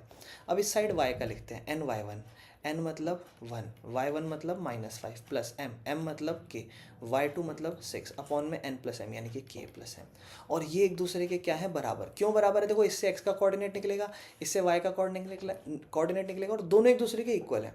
जब दोनों एक दूसरे के इक्वल है, इसका मतलब क्या है? इसका मतलब दोनों x और y कोऑर्डिनेट इक्वल है। इसका मतलब जो आप x कोऑर्डिनेट निकालते हो सेक्शन फार्मूले से, जो आप y कोऑर्डिनेट निकालते हो सेक्शन फार्मूले से, वो एक दूसरे के बराबर है। वो एक दूसरे के बराबर क्यों है? क्योंकि x और y बराबर है। और ये हम एक दूसरे के बराबर क्यों रख रहे हैं, क्योंकि हमें तो ये कोऑर्डिनेट्स छोड़ना चाहिए, हमें तो ये रेशो चाहिए। तो रेशो कैसे आएगी, रेशो अब देखो जायज़ बात है, कभी भी कोई भी क्वेश्चन करते थे आप देखते थे रेशो निकालनी होती थी, कोई एक पॉइंट तो गिवन था, जैसे अभी हमने फर्स्ट पेपर में करा था, वहाँ पे कुछ वैल्यू दे रखी थी फ्रैक्शन में और दूसरा वाई लिखा हुआ था, तो हमने वो एक्स को सिर्फ एक्स के इक्वल रख के के की वैल्यू निकाली थी। अब दोनों को एक दूसरे के इक्वल रखना। देखो नेक्स्ट स्टेप में इन दोनों को काटा हुआ दिखा देना, क्योंकि भैया ये तो पूरा डिवाइड हो रहा है ऐसे और ये पूरा डिवाइड हो रहा है, दोनों सेम वैल्यू एक तरीके से हट गई है। नेक्स्ट स्टेप में बस इतना लिख देना, 1 3 जा 3 प्लस के -1 हो जाएगा माइनस के, कोई दिक्कत तो नहीं है इधर।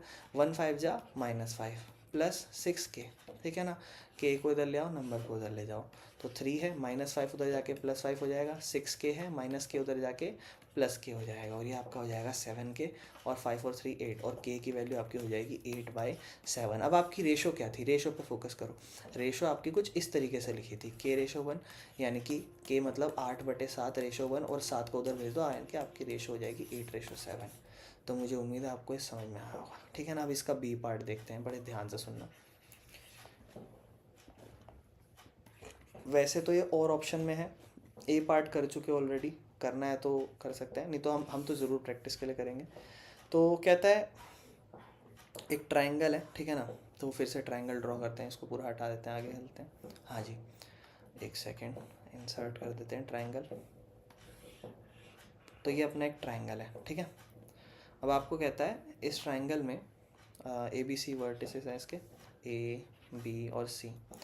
कहता है A की वैल्यू है 3,0, ठीक है, और B की वैल्यू है मान लो 6,4, और C की वैल्यू है मान लो -1,3। तो आपको कहता है ये इसके 3 पॉइंट्स है। कहता है आपको इस क्वेश्चन में मेरे ख्याल से मिस में थोड़ा सा यहाँ लिखा हुआ नहीं है, यही लिखा हुआ होगा शायद कि find the median BE median. अब देखो B से निकल रहा होगा मीडियन, तो ऐसे एक लाइन जा रही होगी, और वो जो भी लाइन है, आपको पता है कल ही हमने पढ़ा था मीडियन। मीडियन का मतलब है भैया जो भी लाइन है, जिस जिस जिस पॉइंट से वो लाइन निकल रही है और जिसके सामने वाले ट्रायंगल की साइड पे जा रही है, वो उस साइड को इक्वली बाइसेक्ट कर देगी, यानी कि ये दोनों बराबर बाइसेक्ट हो गए होंगे। तो हम कह सकते हैं कि ये हमारा BE मीडियन है। तो हम कह सकते हैं BE मीडियन जो है ना, जो उससे हमारा E पॉइंट निकला है, वो एक्चुअल में क्या है, वो मिड पॉइंट है। वो मिड पॉइंट किस पे है, वो मिड पॉइंट है AC पे, है ना। इसका मतलब मिड पॉइंट फार्मूला लगा सकते हैं। देखो 2 नंबर का कुछ भी नहीं है इसमें, है ना, मेरे ख्याल से यह शायद सिर्फ इतना ही है। हाँ, तो मिड पॉइंट का फॉर्मूला अब लिख देना यहाँ पे कि मिड पॉइंट का फॉर्मूला क्या होता है। तो मिड पॉइंट का फॉर्मूला होता है x1 + x2/2, y1 + y2/2। अब आपके पास ये पॉइंट है ही ऑलरेडी, ये पॉइंट 3, क्या कहते हैं 0 था, ठीक है ना। तो x1, इसको x1 मान लेते हैं और इसको y1 मान लेते हैं, इसको x2 और इसको y2। तो x1 + x2, x1 मतलब 3 + x2 मतलब -1/2, y1 मतलब 0, y2 मतलब 3/2, ठीक है ना। उसके बाद इस स्टेप में यहाँ कर रहा हूँ 3 - 1 2, 2/2, 3/2, ठीक है ना। तो इसका आंसर हो जाएगा 1 और इसका आंसर हो जाएगा 3/2। तो ये मेरा आंसर हो जाएगा, इसका कोई दिक्कत तो नहीं है। तो जो हमारा E पॉइंट है और जो हमारा B पॉइंट है ना उस क्वेश्चन में, इस B और E में अब हम क्या करेंगे, अब हम लोग जो हमारा B से A है उसकी लेंथ निकालनी है। लेंथ मतलब यहाँ से यहाँ तक कितना डिस्टेंस है ना। तो डिस्टेंस फार्मूला लगा देना इसमें, इसके कोऑर्डिनेट होंगे, इसके कोऑर्डिनेट होंगे, ठीक है। तो ये इस सेकंड सेट में हमने कंप्लीट कर लिया। अब इसके बाद हम चलते हैं थर्ड सेट पे, ठीक है ना। तो चलो जी, अब हम लोग जो सेट स्टार्ट कर रहे हैं वो सेट नंबर 3 है, ठीक है, और सबसेट 1 है। तो इसमें जो स्टार्टिंग हो रही है ना, वो क्वेश्चन नंबर, एक सेकेंड, वो क्वेश्चन नंबर 19 से हो रही है, ठीक है, जो एसर्शन रीज़न वाला क्वेश्चन है, कोऑर्डिनेट ज्योमेट्री का। इसमें जो सबसे पहले एसर्शन है, ठीक है, वो क्या कहता है, एसर्शन और रीज़न, और फिर हमें बताना होता है कि क्या ठीक है क्या गलत है, ठीक है। तो एसर्शन जो है वो ये कहता है कि एक पॉइंट है, पॉइंट जो डिवाइड करता है एक लाइन सेगमेंट को। तो ये पॉइंट है, इस लाइन सेगमेंट को, जो पूरी लाइन सेगमेंट जा रही है ना, इसको डिवाइड कर रहा है। तो जो पॉइंट्स कभी भी ज्वाइनिंग पॉइंट्स लिखा हुआ है ना, तो समझ जाना कि वो पॉइंट कॉर्नर पॉइंट्स हैं जो उस लाइन को ज्वाइन कर रहे हैं, ठीक है ना। तो यहाँ पर वो जो ज्वाइनिंग पॉइंट है जो इस लाइन को ज्वाइन कर रहे हैं वो है 1,2, और दूसरा B पॉइंट है दैट इज़ -1,1, ठीक है। और इस तरीके से, और ये एक पॉइंट है जिस जिस पॉइंट का नाम मान लो P मान लो, तो एक पॉइंट है P जो डिवाइड कर रहा है इन दोनों पार्ट्स को किस रेशो में। अच्छा यहाँ पर इंटरनली लिखा हुआ है, तो मेरी बात ध्यान से सुनना। अभी आप लोगों को वैसे 10th क्लास में ज़्यादा फोकस नहीं करना। इंटरनली मतलब डिवीजन करें तो आप इतना समझ लेना कि आप जो भी कर रहे हो ना 10th क्लास में, वो इंटरनली सेक्शन फार्मूला दो टाइप्स के होते हैं। एक रेशो निकालनी होती है इंटरनली, मतलब अगर वो पूरी लाइन है, उस लाइन के अंदर डिवीजन हो रहा हो। कभी कभी ऐसा होता है कि एक रेशो निकालनी होती है जो एक्सटर्नल होता है, यानी कि यहाँ से लेकर यहाँ तक की लेंथ, फिर यहाँ से लेकर यहाँ तक की लेंथ, तो कितना रेशो में डिवीजन हो रहा है, वो एक्सटर्नल सेक्शन फार्मूला होता है जो हमें यहाँ भी नहीं, क्लास 11th में देखना होता है। ठीक है, फिलहाल ये हमारा इंटरनल सेक्शन फार्मूला है। ठीक है, और इसको 1:2 में जो है पी पॉइंट को बाइसेक्ट कर रहा है, जो कि है पी पॉइंट्स भी आपको दे रखा है ना किस रेशो में, जैसे रेशो तो बता दी और उसके बाद ये पॉइंट है। तो हमें ये चीज़ हम देखने पहले कि ये सही है या नहीं है। तो हमें पता है इसके लिए सेक्शन फार्मूला लगता है।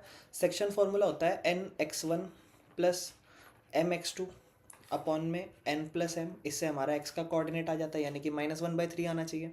और दूसरा ny1 प्लस my2 अपॉन में n+m। इससे हमारा जो कोऑर्डिनेट आना चाहिए वो हमारा x और y का कोऑर्डिनेट आना चाहिए, विच इज़ एक्चुअली -1/3 एंड 5/3।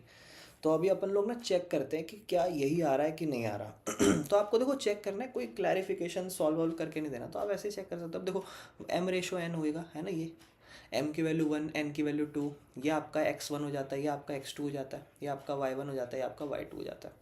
तो n(x1), n मतलब 2, x1 मतलब 1 प्लस m मतलब 1, x2 मतलब एक सेकेंड गलत लिख दिया मैंने, हाँ जी, ये है x1 और y1 और ये है x2 और y2। ठीक है, हाँ, तो n(x1) 2 × 1 1 हो गया। उसके बाद m(x2) 1 × -1 अपॉन में रेशो क्या होगी 1+2 होगा। ठीक है, उसके बाद y वाले पॉइंट्स की अगर हम बात करें ny1, यानी कि 2 × y1 मतलब 2 प्लस m मतलब 1, y2 मतलब 1 अपॉन में 1+2। और उसके बाद अगर हम देखें तो 2 1 2 प्लस -1 और 1 1 1 ही होता है, ये -1 हो जाएगा और नीचे आ जाएगा 2 1 3। ठीक है, और दूसरा 2 2 4 प्लस 1 1 1 और ये नीचे 3। तो ये हो गया 1/3, है ना, x वाला पॉइंट, और दूसरा 4 1 + 5 5/3। ठीक है, अगर हम ध्यान से देखें तो उसने बोला है कि भाई ये सीन रहना चाहिए, है ना, ये पॉइंट रहने चाहिए। अगर हम देखें तो एक्स कोऑर्डिनेट में माइनस का साइन आना चाहिए, यानी कि यहाँ पे अगर हम देखें तो एसर्शन गलत है, 1, 2 -1 ठीक है, सब ठीक है इसमें हमारा, हाँ, यानी कि इसका मतलब इस क्वेश्चन में हमारा एसर्शन गलत है, एसर्शन गलत आ गया। अब उसके बाद यहाँ पर रीज़न पढ़ते हैं। तो अपने को पता है ये क्वेश्चन रेशो के फार्मूला सेक्शन फार्मूले से होने वाला था, तो हम चेक करते हैं। कहता है कोऑर्डिनेट जिस पे डिवाइड करेगा लाइन सेगमेंट को, जो पॉइंट्स होंगे ए और बी। देखो हमने ए और बी को x1 y1 माना था, बी को x2 y2 माना था, और उसको रेशो में निकालेंगे m1 m2। अब देखो हमने mn माना है तो वो m1 m2 हो सकते हैं, उसमें भी कोई प्रॉब्लम नहीं है। उसके बाद कहता है इसका जो फॉर्मूला एक बार चेक कर लेते हैं। देखो इसने इसको m1 और m2 माना था, तो पहले mx2 होगा, है ना, यानी कि mx2 है ना, ये m2x2 है ना, तो देखो वही सेम वही है। आप बस ध्यान से देखो दोनों को ऐड कर रखा होगा, इस अपोजिट वाले को उस अपोजिट वाले से, यानी कि m2 को x1 से और m1 को x2 से। तो पहले बस चेक करो आगे पीछे हो सकता है। तो देखो m1 अगर x2 से हो तो भी बात कोई दिक्कत नहीं, और m2 x1 से हो तो भी कोई दिक्कत नहीं। क्या फॉर्मूला वही है, हाँ, m1 x2 plus m2 x1। अगर यहाँ पे हो जाता m1 x1 से हो जाता तो फिर सेक्शन फार्मूला का फॉर्मूला गलत लिखा, यानी कि रीज़न तो सही है, ठीक है ना, असर्शन इज़ रॉन्ग और रीज़न जो है वो दैट इज़ ट्रू। ओके, तो बस इसमें इतना ही था। ठीक है, चलो, तो ये हमारा एक क्वेश्चन है। इस बार हमारा क्वेश्चन स्टार्टिंग में नहीं आया, इसमें मुझे दिखा नहीं, बाकी आगे चलते हैं। नेक्स्ट इसका शायद क्वेश्चन नंबर 23 है, हाँ। तो 23 में फिर से वही 2 नंबर में आ रहा है और करके ऑप्शन में है। ठीक है, अगला कहता है रिलेशन बताओ एक्स एंड वाई के बीच में। ठीक है, तो एक्स एंड वाई के बीच में रिलेशन बताना है। ठीक है, रिश्ता, ये रिश्ता क्या कहलाता है, ये सब करना है ना। तो सच दैट पॉइंट, एक पॉइंट है पी, ठीक है ना, वो पॉइंट है पी, और एक सेकेंड, एक पॉइंट है पी, इस पी पॉइंट का इक्वी डिस्टेंट है, मतलब इक्वल डिस्टेंस है किसी एक पॉइंट से और किसी एक और पॉइंट से। तो मान लो किसी एक पॉइंट से ऐसे इस तरीके से यहाँ दूर होगा और फिर किसी यहाँ से यहाँ तक दूर होगा। तो एक पॉइंट जो है जिससे दूर है उसका डिस्टेंस दैट इज़, अच्छा, जो पॉइंट पी है दैट इज़ एक्स वाई, ठीक है। और जिससे इक्वल डिस्टेंस है ना इसका, वो दूसरे पॉइंट है 7 और 1, और एक और जो दूसरा पॉइंट है दैट इज़ 3 और 5। इनको नाम दे देते हैं ए और बी, ठीक है। तो आपको बोलता है इसका रिलेशन बताओ इनमें एक्स और वाई का। अब अपने को पता है यहाँ से लेकर यहाँ तक ये डिस्टेंस बराबर है, क्योंकि आपको जो क्वेश्चन है बोला वही तो आप फोकस करोगे। उसने बोला डिस्टेंस दोनों के बराबर है, यानी कि आप दोनों के डिस्टेंस फॉर्मूला लिख लो और एक दूसरे के बराबर रख दो। वहाँ पे एक्स और वाई के रिप्रेजेंटेशन में इक्वेशन होगी, उसको सॉल्व कर दो जो भी। आप देखो एक्स वाई की वैल्यू पता नहीं है, तो आप जस्ट इस इक्वेशन को जब सॉल्व करोगे वो एक्स और वाई की वैल्यू में रहेगी। तो जितना आपसे सॉल्व हो उतना कर देना, एक्स और वाई को एक इक्वेशन में रिप्रेजेंट कर देना कि एक्स का रिलेशन वाई से ये बनता है, या तो X is equal to Y के रिप्रेजेंटेशन में दिखा देना या फिर वाई को एक्स के रिप्रेजेंटेशन में दिखा देना। तो मुझे पता है कि यहाँ से यहाँ तक डिस्टेंस और यहाँ से यहाँ तक डिस्टेंस बराबर है, तो मैं यहाँ लिख दूंगा कि जो डिस्टेंस है ना, डिस्टेंस ए पी है ना और बी पी, ये डिस्टेंस दोनों बराबर है। और दोनों के डिस्टेंस का फॉर्मूला मुझे पता है क्या होता है, y2 माइनस y1। अब देखो बार बार मैं एक ही चीज़ कहता हूँ कि ये आगे पीछे हो सकता है, x2 भी आगे हो सकता है, x2 माइनस x1 का होल स्क्वायर, मतलब x2 माइनस x1 को भी पहले लिख सकता हूँ और y2 माइनस y1 को भी पहले लिख सकता हूँ, ठीक है ना। अब ध्यान से सुनना, अब यहाँ पे पहले ए पी पे चलते हैं। अगर हम सबसे पहले ए पी का डिस्टेंस अगर निकालें तो ए पी का डिस्टेंस होता है x2 माइनस। अब देखो एक काम करते हैं, दोनों को बराबर रखते हुए चलते हैं, ठीक है ना। तो इक्वेशन बनाते हुए बराबर रखते हुए चलते हैं, ठीक है।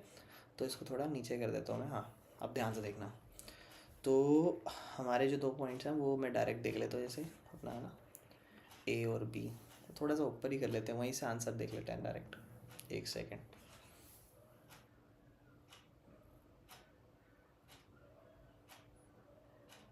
हाँ जी, यहीं पे चल लेते हैं। ये स्टेटमेंट लिख देना, इसके बाद नेक्स्ट स्टेप पे आगे चलते हैं। तो सबसे पहले जो हम ए पी डिस्टेंस अगर लिखेंगे तो हम लिखेंगे y2 माइनस y1, इसको x2 और y2 मान लेना, क्योंकि y माइनस 7 या y माइनस एक्स माइनस 1 ये सब लिखना आसान है ना। और जब इन दोनों की बारी आएगी तो इसको x2 और y2 ही मान के रखना, उसको x और y1, किसी को भी कुछ भी मान सकते हो, उसमें कोई प्रॉब्लम नहीं है। उल्टा भी कर सकते हो आप, ऐसा भी लिख सकते हो 7 माइनस एक्स 1 माइनस वाई, वो भी ठीक है, उसमें कोई प्रॉब्लम नहीं है, क्योंकि एटलीस्ट स्क्वायर तो पॉजिटिव ही आएगा उनका, तो उससे कोई प्रॉब्लम नहीं। बट स्टिल आप कोशिश करना इन्हें x2 और y2 मानने की कोशिश करना। तो x2 माइनस इसको मान लिया, अगर हम x2 y2 मान रहे हैं तो इसे x1 और y1 मानेंगे। तो y2 माइनस y1, y2 मतलब y माइनस y1 की वैल्यू 1 है, इसका होल स्क्वायर, प्लस x2 मतलब x माइनस 7 का होल स्क्वायर। और ये डिस्टेंस किसके बराबर है, AP वाला डिस्टेंस है BP के बराबर। अब इसमें इसको x2 इसको y2 मानना और इसको x1 और इसको y1, तो y2 माइनस y1 यानी कि y माइनस 5 का होल स्क्वायर और दूसरी साइड x माइनस 3 का होल स्क्वायर। और अब देखो इक्वल के साइड है, रूट से रूट कट जाता है, ठीक है। कैसे काट के होता है पता, अगले स्टेप में गायब कर देना, ठीक है। स्क्वायरिंग बोथ साइड भी लिख ही सकते हो, बात तो एक ही हो जाएगी, हाँ स्क्वायरिंग बोथ साइड लिख देना। अब इसके बाद नेक्स्ट स्टेप में अगर हम देखें तो हमारे पे यहाँ पे क्या रह जाएगा, y माइनस 1 का whole square plus x minus 1 का होल स्क्वायर, और इस तरफ रहेगा y माइनस 5 का whole square plus x minus 3 का होल स्क्वायर। होल स्क्वायर को ओपन कर दो, ये a माइनस बी का होल स्क्वायर है, यहाँ चाहो तो लिख भी देना कि अभी अपन a माइनस बी का होल स्क्वायर का फॉर्मूला लगा रहे हैं, जो होता है a square plus B square minus 2ab। तो ये हो जाएगा a square plus B square minus 2a और b। दूसरी साइड x माइनस 1 का होल स्क्वायर, ये क्या हो जाएगा, a square plus B square minus 2a और b। फिर इक्वल के इस तरफ y माइनस 5 का होल स्क्वायर, क्या हो जाएगा, a square plus B square 25 minus 2ab। फिर तीसरा वाला जो x माइनस 5 है उसका क्या होगा, x माइनस 3 है, a square plus B square minus 2a और b। उसके बाद हम चलते हैं थोड़ा नीचे, ठीक है ना। तो देखना ध्यान से सुनना मेरी बात, हाँ जी, एक सेकेंड, थोड़ा इसको ना जूम आउट ही कर लेते हैं। अब देखो, अगर आप ध्यान से देखोगे इस क्वेश्चन में तो यहाँ वाई स्क्वायर है, इक्वल का साइन है, यहाँ वाई स्क्वायर है, इक्वल का साइन, यहाँ वाई स्क्वायर है, एक तरीके से कट जाएंगे, है ना, वाई स्क्वायर। और यहाँ पे एक्स स्क्वायर है, यहाँ पे भी एक्स स्क्वायर है ना, ये भी कट जाएंगे। तो ये दोनों तो ख़त्म हो गए, क्योंकि इधर भी वाई स्क्वायर है उधर भी वाई स्क्वायर, ऐसे कट जाएंगे एक तरीके से, है ना। और एक्स स्क्वायर है, ये भी एक तरीके से कट जाएंगे। और तो कुछ है नहीं, इसको जो जो बचा है उसको लिख दो, एक बार 1 लिख दो, माइनस में 2 बन जा 2y प्लस यहाँ पे भी 1 है, यहाँ 1 है पक्का। पॉइंट्स चेक करेंगे तो हम मेरे ख्याल से, एक सेकेंड, 7 और 1 है, यानी कि x माइनस 7 का होल स्क्वायर था, तो यहाँ 49 होना चाहिए और 2 और यहाँ 7 होना चाहिए, ठीक है। हाँ, तो यहाँ क्या हो जाएगा, ये 49 होगा, ठीक है। 49 माइनस 2 7 ज़ा 14x बराबर में इस तरफ क्या है, 25 माइनस 2 पंजे 10y, ठीक है। और इधर क्या है 9, 2 और इधर है 3, 2 3 6x, हाँ जी, ठीक है। अब देखो यहाँ ये दोनों ऐड हो जाएंगे, 50 माइनस 2y माइनस 14x बराबर 25 और 9 34 माइनस 10y माइनस 6x, ठीक है। अब नेक्स्ट स्टेप पर थोड़ा और आगे चलते हैं। अब देखो ये 50 ये सब, एक काम करो नंबर वालों को एक साथ एक तरफ भेज दो, और ये जो x और y है अलजेब्रा, इन सबको एक साइड भेज दो। अब ध्यान से सुनना मेरी बात। इधर ऑलरेडी 6x है, माइनस का 14 इधर आके प्लस हो जाएगा, ये भी इधर आके प्लस हो जाएगा। चलो इधर ही कर देते हैं, और 34 को इधर भेज देते हैं, तो 50 इधर ही रहेगा, 34 इधर आके माइनस का 34 हो जाएगा इक्वल के इस तरफ, और ये माइनस का 2y उधर जाके प्लस का 2y, माइनस का 14x उधर जाके प्लस का 14x, और उधर ऑलरेडी माइनस का 10y और माइनस का 6x था। तो 14x में से 6x गया, 8x बच गया, ठीक है। और 2y में से 10y गया, कितना बचा, माइनस का 8y, और यहाँ बचा 16। आप एक काम करो, 8 का टेबल कॉमन ले लो, पूरे में से क्या बच जाएगा, x माइनस वाई, और यहाँ क्या बच जाएगा 16, ये कटेगा। अभी इसको चलो नहीं समझ में आ रहा हो तो इसको काट लेना 2 नंबर पे, और इसको x नहीं समझ में आया हो तो नेक्स्ट स्टेप में देखना, यहाँ 16 ही रखो, बराबर में 8 यहाँ पर है, x माइनस वाई है। अगर नहीं समझ में आया तो अगले स्टेप में 8 यहाँ चला जाएगा, क्योंकि पूरे से मल्टीप्लाई हो रहा है, तो ये कट जाएगा 1 नंबर पे 2 नंबर पे। तो अब आपको पता है x minus Y is equal to 2 है। अब आपको रिलेशन दिखाना है, तो आप रिलेशन कैसे भी दिखा सकते हो, क्या x को यहीं रखो, उधर भेज दो y को, तो क्या हो जाएगा x is equal to Y plus 2, एक ये रिलेशन हो गया, है ना। या फिर x को उधर भेज दो, या फिर y को उधर भेज दो, 2 को इधर ले आओ, तो y उधर जाएगा तो इधर 2 हो जाएगा x माइनस 2, ये भी एक रिलेशन है। या फिर ये x minus Y is equal to 2, ये इनके बीच में रिलेशन है। तो रिलेशन x और y के बीच में ये है कि if you subtract y from x then you will get the answer 2, okay. तो ये क्वेश्चन खत्म हो गया इसका ए पार्ट, ठीक है। अब इसके बी पार्ट पे चलते हैं। अब ध्यान से सुनना, इसका बी पार्ट क्या कहता है। पॉइंट ए और बी ना सर्कल पे लाई करते हैं, ठीक है ना। तो there are 2 points that lie on a circle, okay. हाँ जी तो सर्कल बना लेते हैं पहले, ठीक है। एक सेकेंड, ये क्या हो गया,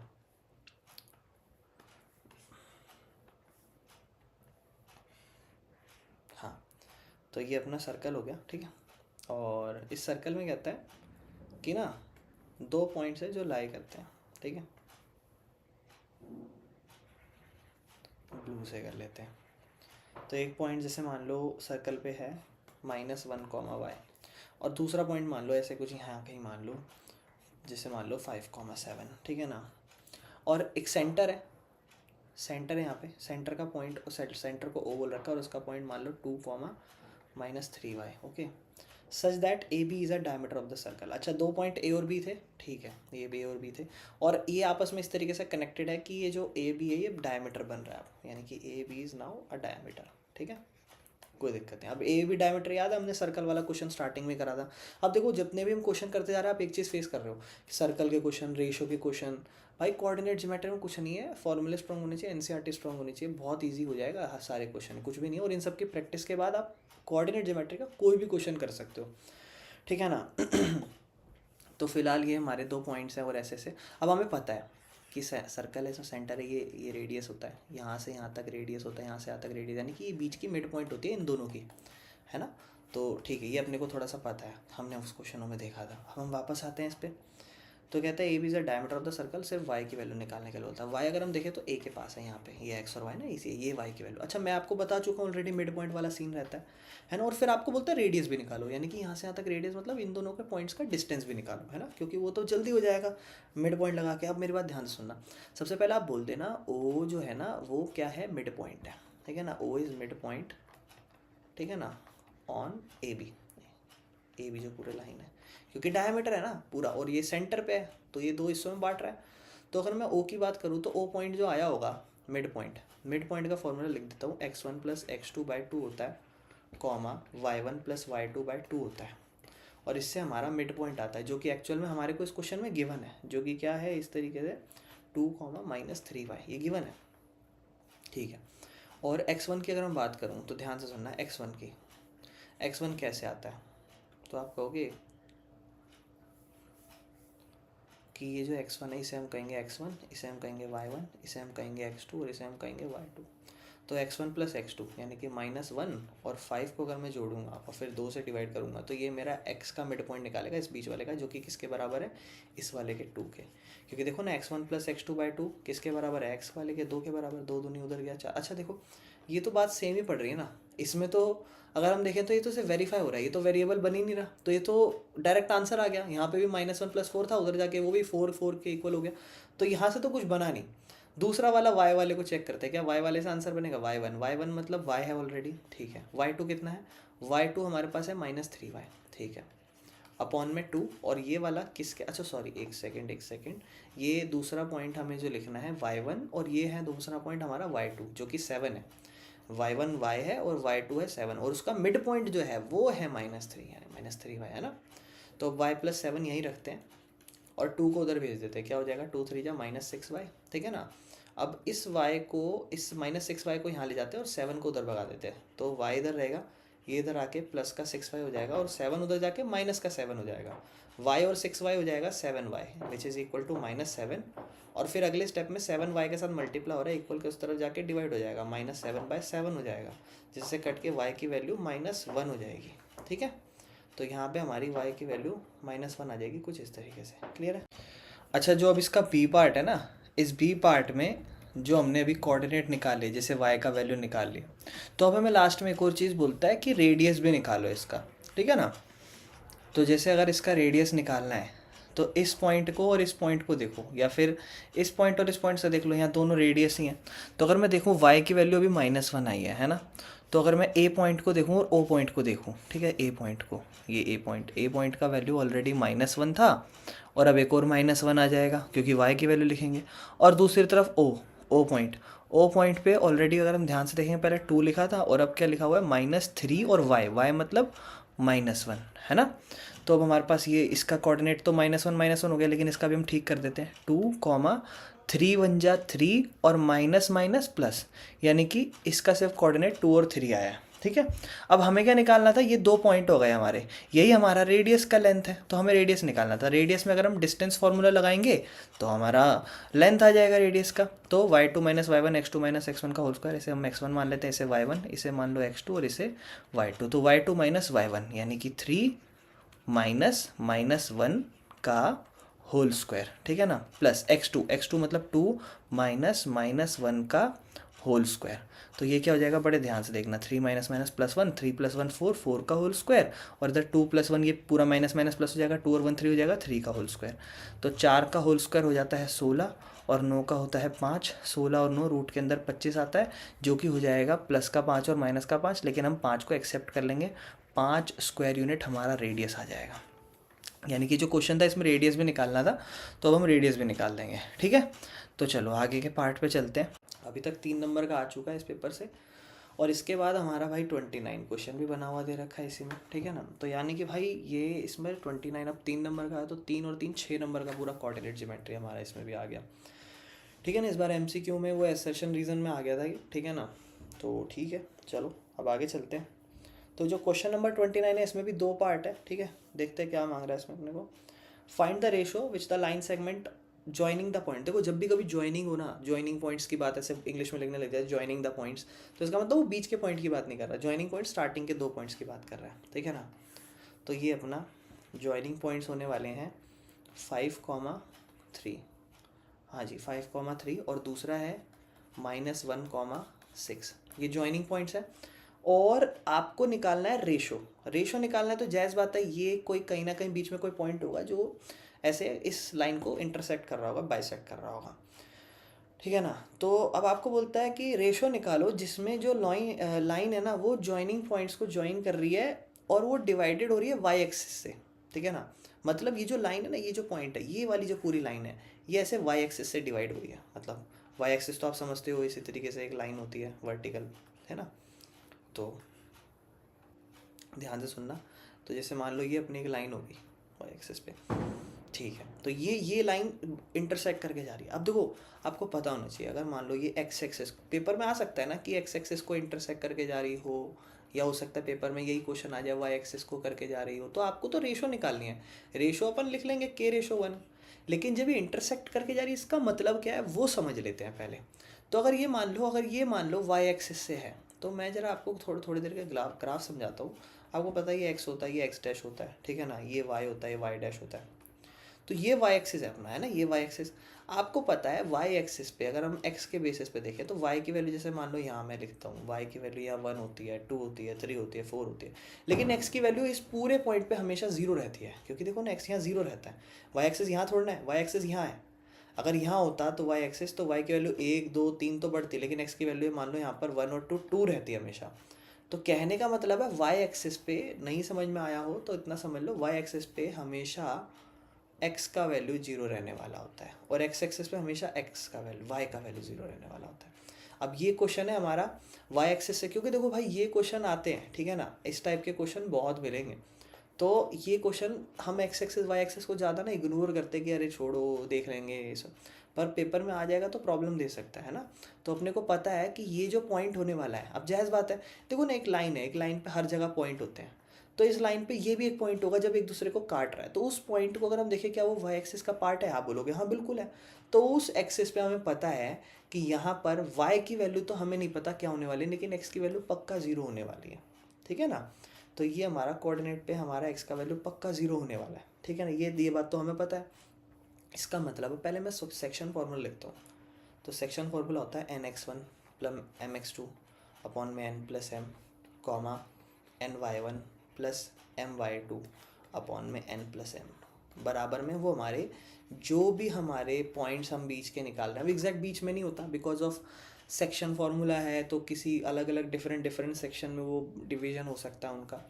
तो ये वाला हमारा एक्स कोऑर्डिनेट निकालता है वैल्यू, ये हमारा वाई कोऑर्डिनेट का वैल्यू निकालता है, और ये वाई एक्सिस से इंटरसेक्ट हो रखा है, यानी कि इस पॉइंट को हम कह सकते हैं इस पॉइंट का वैल्यू ऑब्वियसली ये होने वाला है। वाई हमें नहीं पता क्या होगा, लेकिन एक्स तो पक्का 0 होगा, चाहे आप इसको यहाँ रख लो यहाँ रख लो, कहीं भी इस पूरी लाइन में रख लो, एक्स तो हमेशा 0 होने वाला है। तो इस पॉइंट का हमें वैल्यू निकालना है, वैल्यू नहीं निकालना हमें तो रेशो निकालना है। तो रेशो को हम देखो के रेशो 1 है, तो रेशो को तो हम ऐसे लिखते हैं एम रेशो एन, है ना, रेशो को हम एम रेशो एन, तो हम एम एन की जगह तो लिख देंगे, लेकिन हमें पता है एक्स की वैल्यू 0 है, यानी कि ये वाला 0 है, और इससे आप ये वाली वैल्यू निकालते हो, इन दोनों को एक दूसरे के बराबर रख दो। देखो ये क्वेश्चन हम पहले भी कर ही चुके हैं इसी पेपर में, है ना, इसी क्लास में। तो ये देखो इन दोनों को एक दूसरे के बराबर रख दो, ये हमारा एक्स और ये हमारा पूरा एक्स का कोऑर्डिनेट, जिससे हमारा आंसर होने वाला है। तो मैं सिर्फ बाकी सबको हटा देता हूँ क्योंकि मुझे पता है मेरा काम इन्हीं से होने वाला है, ठीक है ना। अब ध्यान से सुनना, ठीक है। एन मतलब 1, x1 ये अपना x1 है, ये अपना y1 है, ये अपना x2 है, ये अपना y2 है। n x1 मतलब 5 प्लस m मतलब k, x2 मतलब -1 अपॉन में रेशो k प्लस 1 किसके बराबर है 0 के, क्योंकि x कोऑर्डिनेट निकलता है ना इस पूरे से, k प्लस 1 पूरा इक्वल के उस तरफ जाएगा 0 हो जाएगा, ठीक है ना। यहाँ बचा 5 प्लस और 1k हो जाएगा माइनस का k हो जाएगा, प्लस माइनस ये भी माइनस हो जाएगा, है ना, यानी कि हो जाएगा 5 माइनस के बराबर 0, माइनस के को उधर भेज दो, प्लस का के हो जाएगा, यहाँ से 5 रह जाएगा, यानी कि हमारी के की वैल्यू 5 आ जाएगी। यानी कि यहाँ पर आपसे मांगा क्या था, उसने बोला था भैया रेशो बताओ, है ना, तो के की वैल्यू 5 आ गया। अब इसको समझना है, तो के रेशो 1 हमारा क्वेश्चन था, यानी कि 5:1 खत्म, रेशो आ गई, यही तो करना था इस क्वेश्चन में। क्लियर है, कोई दिक्कत तो नहीं, चलो आगे चलते हैं। इसी का और पार्ट देखते हैं जो हमारा लास्ट है इस पेपर का, ठीक है ना। अब ध्यान से सुनना ये वाला थोड़ा अच्छा क्वेश्चन लग रहा है, ठीक है ना, देखते हैं ऐसा क्या सीन है इसमें। कहता है पी और क्यू 2 पॉइंट्स हैं, ठीक है ना, find the coordinate of the point R on the line segment P Q, ठीक है, such that P R is equal to 2QR। Okay, सबसे पहले तो हम ऐसे अज्यूम रफ बनाते हैं ताकि हम अपने आप को समझा लें, ठीक है ना, एक बार रफ बनाते हैं ताकि हम अपने आप को समझा लें। तो ऐसा समझ लो एक लाइन है, एक लाइन पे एक पॉइंट होगा मान लो P, और मान लो इसी लाइन पे एक पॉइंट होगा Q, मान लिया ऐसे अपने आप को समझाने के लिए। ये 2 पॉइंट्स हैं, कहता है कोऑर्डिनेट निकालो, और वो जो कोऑर्डिनेट है ना इसी लाइन सेगमेंट, ये जो कोऑर्डिनेट निकालना है ना वो कोऑर्डिनेट आर है वो निकालना है, और वो इसी लाइन सेगमेंट के कहीं है। तो मान लो मैं ऐसा कह रहा हूँ कि यहाँ है, वो जो लाइन सेगमेंट है ना दैट इज़ हेयर, ओके, मतलब आर जो पॉइंट है वो उसी लाइन सेगमेंट में, उसने बोला हुआ है ना कि कोऑर्डिनेट बताओ पॉइंट आर का जो लाइन सेगमेंट पी क्यू पे है, यानी कि ये हमारी पी क्यू लाइन सेगमेंट है, इसी पे ही है। और उसने आपको बोला हुआ है इस क्वेश्चन में कि such that P R is equal to 2QR। ये हमारा एक तरीके से मान लो पी आर, क्योंकि पी आर जो है वो अगर हम क्यू आर का, ये हमारा क्यू आर है, इस क्यू आर का अगर हम डबल कर देंगे तब अकेला पी आर बनेगा, यानी कि पी आर बड़ा होगा, है ना। तो मैं जब भी कभी रेशो का क्वेश्चन आए आपको कन्फ्यूजन हो, आपको बस इतना तो पता है। अब देखो जैसे मान लो अगर पेपर में हम क्वेश्चन करने बैठे हम फिगर विगर कुछ ना समझ पाए तो कुछ मत करना, आपको पहले तो समझ जाना, जो भी कोई पॉइंट्स दियो ना उससे बना लेना लाइन, ऐसे पी और क्यू पॉइंट है लिख देना, फिर आप कहीं भी बना लेना, कहीं भी यहाँ कहीं भी रफ बना लेना, अपने साइड में बना लेना, ठीक है, रफ बना लेना अपने आपको समझाने के लिए। मान लो मैंने यहाँ बनाया, अब उसने लास्ट में क्या बोला है, पी आर जो है ना वो 2QR के बराबर है, इसका मतलब पी आर जितना भी है वो क्यू आर का दुगना है, तो पी आर डबल होना चाहिए। और अगर ऐसे भी नहीं समझ पा रहे हो तो कुछ मत करना, इन रेशो को बराबर रखना। जैसे कि उसने बोला हुआ है पी आर किसके बराबर है, 2QR के। तो पी आर है और क्यू आर है, क्यू आर को नीचे ले आओ, है ना, सारे जो अल्फ़ाबेट्स नंबर है इन सबको अलग अलग रख दो, है ना, और यहाँ से 2 रह जाएगा, इसके नीचे कुछ नहीं, 1 हो जाएगा। अब आप रेशो भी कंपेयर कर सकते हो कि यार जो पी आर है और उसका रेशो अगर हम क्यू आर से बनाएं तो वो 2 और रेशो 1 बनेगा। यानी कि जब मैं इसको वापस से फिर से बनाऊंगा अब रफ फेयर में, तो मैं फेयर में आराम से फिगर ड्रॉ कर सकूँगा, आराम से समझा सकूँगा। पी और यहाँ पे अपना क्यू है, ठीक है ना, और यहाँ हमारा आर इस तरीके से, जो कि क्या रेशो दिखा रहा है, 2:1। और हमें यही कोऑर्डिनेट निकालना है, यानी कि हम समझ गए हैं सेक्शन फार्मूला आने वाला है ना, सेक्शन फार्मूला लगने वाला है। इसका पॉइंट आपको दे रखा है, पी पॉइंट है -2,5 और क्यू पॉइंट है 3,2। अब सेक्शन फार्मूला अगर हम लगा देंगे तो हो जाएगा। सेक्शन फार्मूला देखो हर बार करेंगे, हर बार लिखेंगे ताकि आपको भी रिवीजन हो जाए। nx1 प्लस mx2 अपॉन में n प्लस m कह लो या m प्लस n कह लो, बात एक ही है, ny1 प्लस my2 अपॉन में n प्लस m, ठीक है। इससे हमारे वो जो बीच के कोऑर्डिनेट जो हमारे को चाहिए, इसमें कन्फ्यूजन सिर्फ कहाँ क्रिएट कर रखी थी, सिर्फ रेशियो के लिए, अदरवाइज इस क्वेश्चन में कुछ भी नहीं है ना। अगर आपको डायरेक्ट बेसिक दिख के दे दो तो कर लोगे जल्दी से। n अब अपन देखेंगे, इसको m मानेंगे और इसको n मानेंगे, nx1 यानी कि n into -2 plus m 2 into 3 upon में रेशो 2 + 1 3, डायरेक्ट लिख लेते हैं, है ना, दो रेशो दोनों को जोड़ा जाएगा m और n को। ny1 1 इंटू y1 मतलब 1 इंटू 5 प्लस 2 इंटू y की वैल्यू y2 मतलब 2 अपॉन में 3, ठीक है। ये हो जाएगा -2 प्लस 2 3 = 6 बाई 3 कॉमा 5 1 = 5 प्लस 2 दूनी 4 और नीचे 3, तो 6 में से 2 गए 4, 4/3 कॉमा 5 और 4 9, 9/3 जो कि कट जाएगा 3 आ जाएगा। यानी कि पहला पॉइंट होगा 4/3 जो कि सॉल्व नहीं हो रहा, दूसरा 4/3, 3। ये हमारा आर का कोऑर्डिनेट है, ठीक है। तो इसमें इतने ही क्वेश्चन थे, जो सारे क्वेश्चन लगभग हमने सब कंप्लीट कर लिए। ये भी 6 मार्क्स का आया है इसमें, ठीक है ना। अब जो नेक्स्ट होगा वो हम स्टार्ट करेंगे सेट 4। इसमें टोटल 5 सेट हम करेंगे, अभी तक हम 3 सेट कर चुके हैं, फिर हम दूसरे चैप्टरों के सेट स्टार्ट कर देंगे, ठीक है ना। तो नेक्स्ट सेट पे मिलते हैं। तो अब हम लोग जो सेट स्टार्ट कर रहे हैं वो हमारा सेट नंबर 4 है, ठीक है ना, मैथ्स का, ये प्रीवियस ईयर का 2024 का जो क्वेश्चन पेपर है उसमें अब हमारा सेट नंबर 4 है। तो सेट नंबर 4 में फिर से थोड़ा अलग स्ट्रक्चर है। इस बार क्या सीन रहेगा, इस बार MCQ में एक क्वेश्चन है और एक असर्शन रीज़न का है, और उसके बाद एक केस स्टडी दी थी पूरे 4 नंबर की, तो फिर से 6 नंबर बन गया। तो सबसे पहले जो MCQ का क्वेश्चन दे रखा है उसको देखते हैं। तो MCQ में सेट 4 में जो क्वेश्चन नंबर है दैट इज़ क्वेश्चन नंबर 16। भाई ध्यान रखना, ये तो चलो अभी तक आप क्वेश्चन सेट नहीं देख रहे होगे तो चल रहा होगा, लेकिन अभी जो अगला केस स्टडी वाला आने वाला ना उसके लिए आपको पूरे पहले केस स्टडी देखनी पड़ेगी, ठीक है ना। और वो एक अच्छा क्वेश्चन है और बहुत ईजी है। तो देखो सबसे पहले 16 का MCQ करते हैं। तो एक पैरेललोग्राम है ABCD, तो पहले पैरेललोग्राम बना लेते हैं हम, ठीक है ना। देखें क्या हमारे पास ड्रॉ करने के लिए है, बन सकता है, हाँ ये बना लेते हैं पैरेललोग्राम। ये हमारा पैरेललोग्राम ABCD बन गया, ठीक है ना। पैरेललोग्राम पता होता है ना, जिसके अपोजिट साइड इक्वल और पैरेलल होते हैं, ये अभी ABCD बन गया। अब आपको कहता है जो इसका 4th वर्टेक्स है ना वो पता लगाना है, ठीक है। कहता है बाकी के 3 वर्टिसेस हम दे रहे हैं आपको, -2,3, B का जो है दैट इज़ 6,7 और C का जो है दैट इज़ 8,3, है ना। और D पता लगाना है। अब आपको बड़ा सिंपल सा है, कुछ भी नहीं है। आपको पता है इस पॉइंट से जो भी डिस्टेंस आएगा AB का वही CD का डिस्टेंस होगा, है ना। ये दोनों के जो डिस्टेंस होने वाले हैं, इसका डिस्टेंस और इसका डिस्टेंस, दोनों के डिस्टेंस बराबर होने वाले हैं, सही बात है। यानी कि इसका डिस्टेंस निकाल लेता हूँ, वही उसका डिस्टेंस होना चाहिए। पहले इसका डिस्टेंस निकालता हूँ, ठीक है ना। एक यही तरीका देखते हैं, और भी कुछ तरीके से हो जाए तो सोच सकते हो, नहीं तो यहाँ से देख लो AD और BC, इसकी बात कर लो। तो सबसे पहले डिस्टेंस निकालते हैं। तो डिस्टेंस निकालते हैं AB का। अब ध्यान से सुनना, ऑप्शन से भी चल सकते हो आप, हालांकि इसने ऑप्शन दे रखे हैं, ऑप्शन से भी चल सकते हो, बताऊंगा अभी ऑप्शन से भी, पहले ऑप्शन से ही बताऊंगा। पहले इसके लिए इसका डिस्टेंस निकाल लेता हूँ, ठीक है। तो पहले y2 - y1 मतलब 7 - 3 का होल स्क्वायर, ठीक है ना, प्लस x2 - x1, क्योंकि देखो इसे x1 मानना, इसे y1 मानना, इसे x2 मानना, इसे y2 मानना, तो y2 - y1 7 - 3 और x2 - x1 यानी कि 6 - -2 का होल स्क्वायर, है ना। तो अब ये ब्रैकेट के अंदर 7 - 3 4, 4 का होल स्क्वायर 16 हो जाएगा, और 6 + 2, 6 + 2 कितना होता है 8, है ना, क्योंकि माइनस माइनस प्लस 8 का होल स्क्वायर 64, यानी कि हो जाएगा रूट के अंदर 70।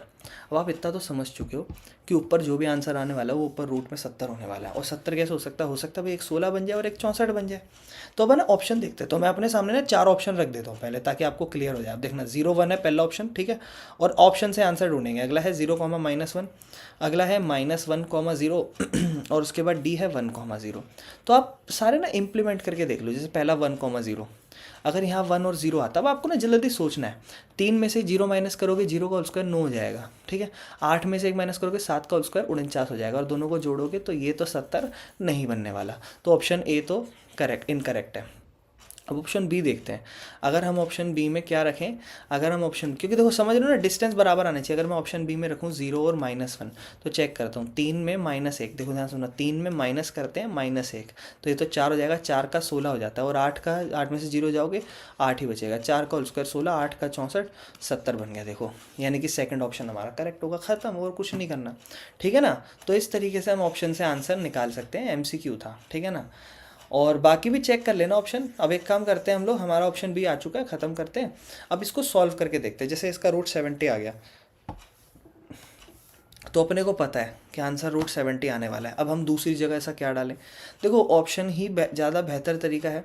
नहीं तो आप ऐसे कर लेना, इसको x1 मान लेने से y1 हो सकता है मे बी आपको डिफ़िकल्ट पड़े। क्यों ऐसा डिफ़िकल्ट पड़े, क्योंकि यार ये 2 वेरिएबल है। कोई एक आध वेरिएबल गायब होता तो समझ भी आता है, यहाँ 2 वेरिएबल गायब है तो थोड़ा सोचना पड़ेगा, है ना। तो एक काम करते हैं, जैसे हम थोड़ा सा सोच के चल लेते हैं, मान लो क्या क्या हो सकता है। तो अब आपको पता है रूट 70 आना चाहिए, तो अंडर रूट में ध्यान से सुनना, आप लिखोगे y2 माइनस y1 का whole square plus x2 minus x1 का होल स्क्वायर, डिस्टेंस फार्मूला होता है।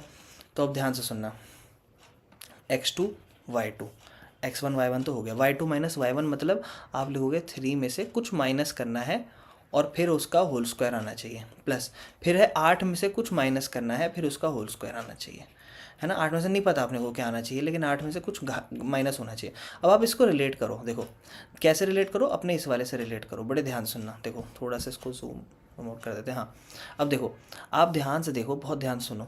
यहाँ 3 में से अगर 0 रखा तो 3 का होल स्क्वायर 9 हो जाएगा, लेकिन एक जगह 16 आना चाहिए और दूसरी जगह 64 कुछ बनना चाहिए। तो आप देखो 8 है इधर, 8 ऑलरेडी, 8 का स्क्वायर 64 होता है, यानी कि दूसरी जगह तो 0 होना चाहिए, यानी कि x1 की वैल्यू तो 0 होनी चाहिए, क्योंकि ये तो काम हो गया। अब दूसरी जगह आपको पता है कि ये पूरा सॉल्व होके 4 बनना चाहिए, तो 3 में ऐसा क्या माइनस करूँ कि 4 बन जाए, तो आप बोलोगे भैया -1 माइनस कर दो, यानी कि 3 में से -1 या +1 हो जाएगा, दैट विल बिकम 4, और 4 का होल स्क्वायर 16 हो जाएगा। तो ये इस तरीके से सोचना है आपको ये क्वेश्चन, ठीक है ना। इसको कैलकुलेट करना डिफिकल्ट हो जाएगा, ठीक है ना। डिस्टेंस फॉर्मूले में XY डालोगे और फिर वो हो सकता है कि डिफ़िकल्ट प्रोसेस बन जाए, ठीक है ना, या फिर हो सकता है वो शायद निकले भी ना, ठीक है। चलो, तो ये अपना फर्स्ट क्वेश्चन क्लियर है। अब इसके नेक्स्ट क्वेश्चन पे चलते हैं, ठीक है ना। तो अब चलते हैं इसका नेक्स्ट पार्ट, जो नेक्स्ट पार्ट क्या कहता है उसको देखते हैं। नेक्स्ट जो है वो असर्शन रीज़न है, ठीक है। तो हमें फोकस करना है असर्शन हमारा ठीक है या रीज़न हमारा ठीक है।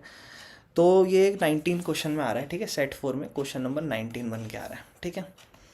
तो आपसे इसमें कहता है कि भाई असर्शन कहता है mid point of a line segment, mid point एक लाइन सेगमेंट, ये लाइन सेगमेंट है, इसका जो मिड पॉइंट है ये कहता है ये इस लाइन सेगमेंट को 1 और 1 की रेशो में डिवाइड करता है। आप सोचो क्या सही है ये बात, हाँ बिल्कुल सही बात है, क्योंकि मिड पॉइंट का मतलब ही क्या है, वो 1 और 1 की रेशो में बांट रहा है, दोनों बराबर बांट रहे हैं 1 और 1, है ना। अगर 2 और 2 भी लिख देता है, हालांकि 2 और 2 रेशो होती नहीं, क्योंकि वो कट के फिर से 1 ही 1 हो जाती है। तो कहने का मतलब है कि वो सही है, ठीक है ना। यानी कि ये तो हमें पता है, अगर ऐसा बोल देता मैं 1 और 2 के रेशो में बांटता है मिड पॉइंट, तो क्या वो सही होता, नहीं, तो वो सही नहीं होता। तो एसर्शन तो ठीक है। अब देखते हैं रीज़न क्या है फिर इसका। तो रीज़न देखते हैं। रीज़न कहता है the ratio in which the point -3 के divide the line segment joining the points. अब देखो जब आप बार बार कर चुके हो, बार बार समझ चुके हो एक ही चीज़ को, मैं इतना बोलूँगा कि अगर आप वीडियो कंटिन्यूस देख रहे हो ना, तो भाई एक तो फॉर्मूले अच्छे से याद हो रहे होंगे, क्योंकि मैं हर क्वेश्चन में ये चीज़ करा रहा हूँ, ताकि बहुत से लोग जो फॉर्मूले याद नहीं करते या चीज़ों को क्लियर करते हैं। अब देखो आप एक चीज़ और बोलूँ, इसको भी कर लोगे ना बहुत हद तक, एनसीईआरटी भी ना करो तो देखो वैसे तो खैर प्रॉब्लम होगी, थोड़ा बहुत तो कोऑर्डिनेट ज्योमेट्री पता हो, लेकिन अगर एनसीईआरटी इतना स्ट्रॉन्ग नहीं है ना, इसके कुछ क्वेश्चन करोगे तो बहुत हद तक आपको ये है कि कोऑर्डिनेट ज्योमेट्री समझ जाओगे, पेपर में ये है कि कर सकते हो, बट स्टिल वही है, एनसीईआरटी अच्छे से आनी ही चाहिए। चलो फिलहाल तो अपने को असर्शन तो अपना करेक्ट है, असर्शन तो ट्रू है, हमें पता है कि मिड पॉइंट का यही सीन रहता है, 1:1 में डिवीजन होता है उसका। अब एक क्वेश्चन दे रखा है, कहता है एक रेशो बताओ, रेशो दे रखी है, ठीक है, रेशो दे रखी है, वो बाद में देखेंगे। कहता है रेशो जो एक पॉइंट है -3, इसको डिवाइड कर रही है, इसकी रेशो की बात कर रही है। -3 और k एक पॉइंट है, इनको डिवाइड कर रही है, वो रेशो की बात नहीं करी, वो रेशो क्या है, लेकिन वो रेशो है, ठीक है। तो आपको कहता है कि ये रेशो है, एक सेकेंड, हाँ, ये रेशो है जो कि लाइन सेगमेंट को डिवाइड कर रही है, और जो लाइन सेगमेंट की जॉइनिंग पॉइंट्स है दैट इज -5,4 और 2,3 है। कहता है इनको जो डिवाइड कर रहा है वो रेशो भी 1:2 है। अब रीज़न हमें चेक करना है कि ये सही है कि नहीं है, तो सेक्शन फार्मूला लगेगा। अब देखो फिर से रिवीजन करेंगे सेक्शन फार्मूला की। सेक्शन फार्मूला क्या होता है, n(x1) + m(x2) अपॉन में n+m, ठीक है, कॉमा ny1 + my2 अपॉन में n+m। तो ये अपना सेक्शन फार्मूला होता है। अब यहाँ से रेशो के अकॉर्डिंग देखिए, हम इसको m मानते हैं और इसको हम n मानते हैं, इसको हम x1 मानते हैं, इसको हम y1 मानते हैं, इसको हम x2 मानते हैं और इसको हम y2 मानते हैं, ठीक है ना। तो फॉर्मूले के अकॉर्डिंग देखते हैं कि क्या ये रेशो ठीक है या नहीं है। अब ये कैसे पता चलेगा ये रेशो ठीक है कि नहीं है, कुछ मत करो, इस रेशो को इसमें पुट कर दो, उससे अगर आपका आंसर -3 और k आ रहा है ना, ये -3 और k है हाँ जी, हाँ -3 और k है, तो अगर आपका आंसर ये 1:2 के अकॉर्डिंग यही पॉइंट आ रहा है -3 और k, तो इसका मतलब आपका आंसर सही है। आप जो रेशो डाल रहे हो कुछ मत करो, देखो अभी कन्फ्यूजन है ना, क्योंकि हर चीज़ गिवन है, लेकिन चेक क्या करना है, रेशो चेक करनी है, ठीक है। रेशो आती है 1:2, है ना। अब आप ऐसा मत सोचना कि हम रेशो निकाल लेते हैं इस क्वेश्चन में, नहीं भाई नहीं, रेशो मत निकालो, कुछ मत करो, ये किसी एक में डाल के देख लो, नहीं तो दोनों में डाल के देख लो इनकी सारी वैल्यू, रेशो की भी 1:2, -5,4, ये सब डाल के देखो, अगर आंसर -3 आ रहा है इसका मतलब 1:2 सही है, नहीं आ रहा इसका मतलब गलत है। अगर आ रहा है तो सही हो सकती है, लेकिन नहीं आ रही तो जायज़ बात है गलत ही है, फिर रेशो 1:2 नहीं होनी चाहिए, इसका मतलब रेशो गलत है ना, क्योंकि उसने पूछा क्या है, रेशो सही है कि नहीं है। तो अगर गलत आ रहा है तो इसका मतलब रेशो गलत है, क्योंकि उसने ऑब्जेक्शन उठाया ना कि हाँ ये सही है, क्योंकि आपको रीज़न देना कि इज़ इट ट्रू और फॉल्स।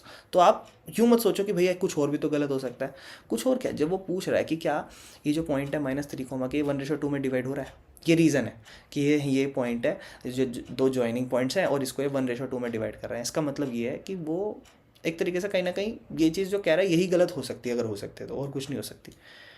तो रेशो n मतलब 2, x1 मतलब -5 प्लस m मतलब 1, x2 मतलब 2 अपॉन में n+m, रेशो लिख दो 1+2।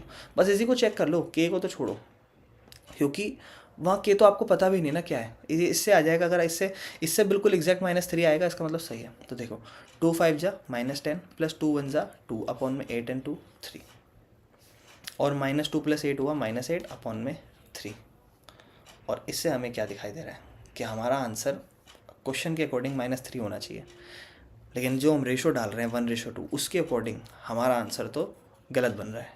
इसका मतलब क्या है, इसका मतलब ये है कि ये जो रेशो है ये उसकी पॉइंट्स की रेशो नहीं है, ठीक है ना। और इस पॉइंट के, अब देखो एक मन में सवाल आ सकता है कि के का भी करके देख लें, क्या पता उसमें आ जाए। भाई के वैल्यू नहीं पता ना, के क्या है, जब आपको के पता ही नहीं तो कैसे करोगे, है ना। और तो कोई डिटेल्स दे नहीं रखी क्वेश्चन में कि आपको कहीं ये बता रखा हो कि हाँ कि ये जो वाई एक्सिस है या एक्स एक्सिस को इंटरसेक्ट कर रहा है, नहीं पता। इसका मतलब -8/3 आया, रीज़न गलत है, एसर्शन ट्रू है, रीज़न इज़ फॉल्स, कोई दिक्कत तो नहीं। चलो तो नेक्स्ट क्वेश्चन पे चलते हैं, ठीक है ना।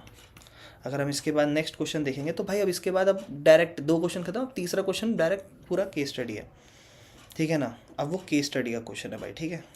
तो देखो ये थोड़ी भयंकर सी फिगर बनी हुई है, ठीक है, थोड़ा सा रफ में मैं समझाता हूँ। देखो एक बार थोड़ा रिलेट कर लेना, कुछ इस तरीके से फिगर बनी हुई है और ऐसे ऐसे ऐसे ऐसे करके, ठीक है ना, ये कुछ फिगर बनी हुई है, ठीक है, हाँ जी।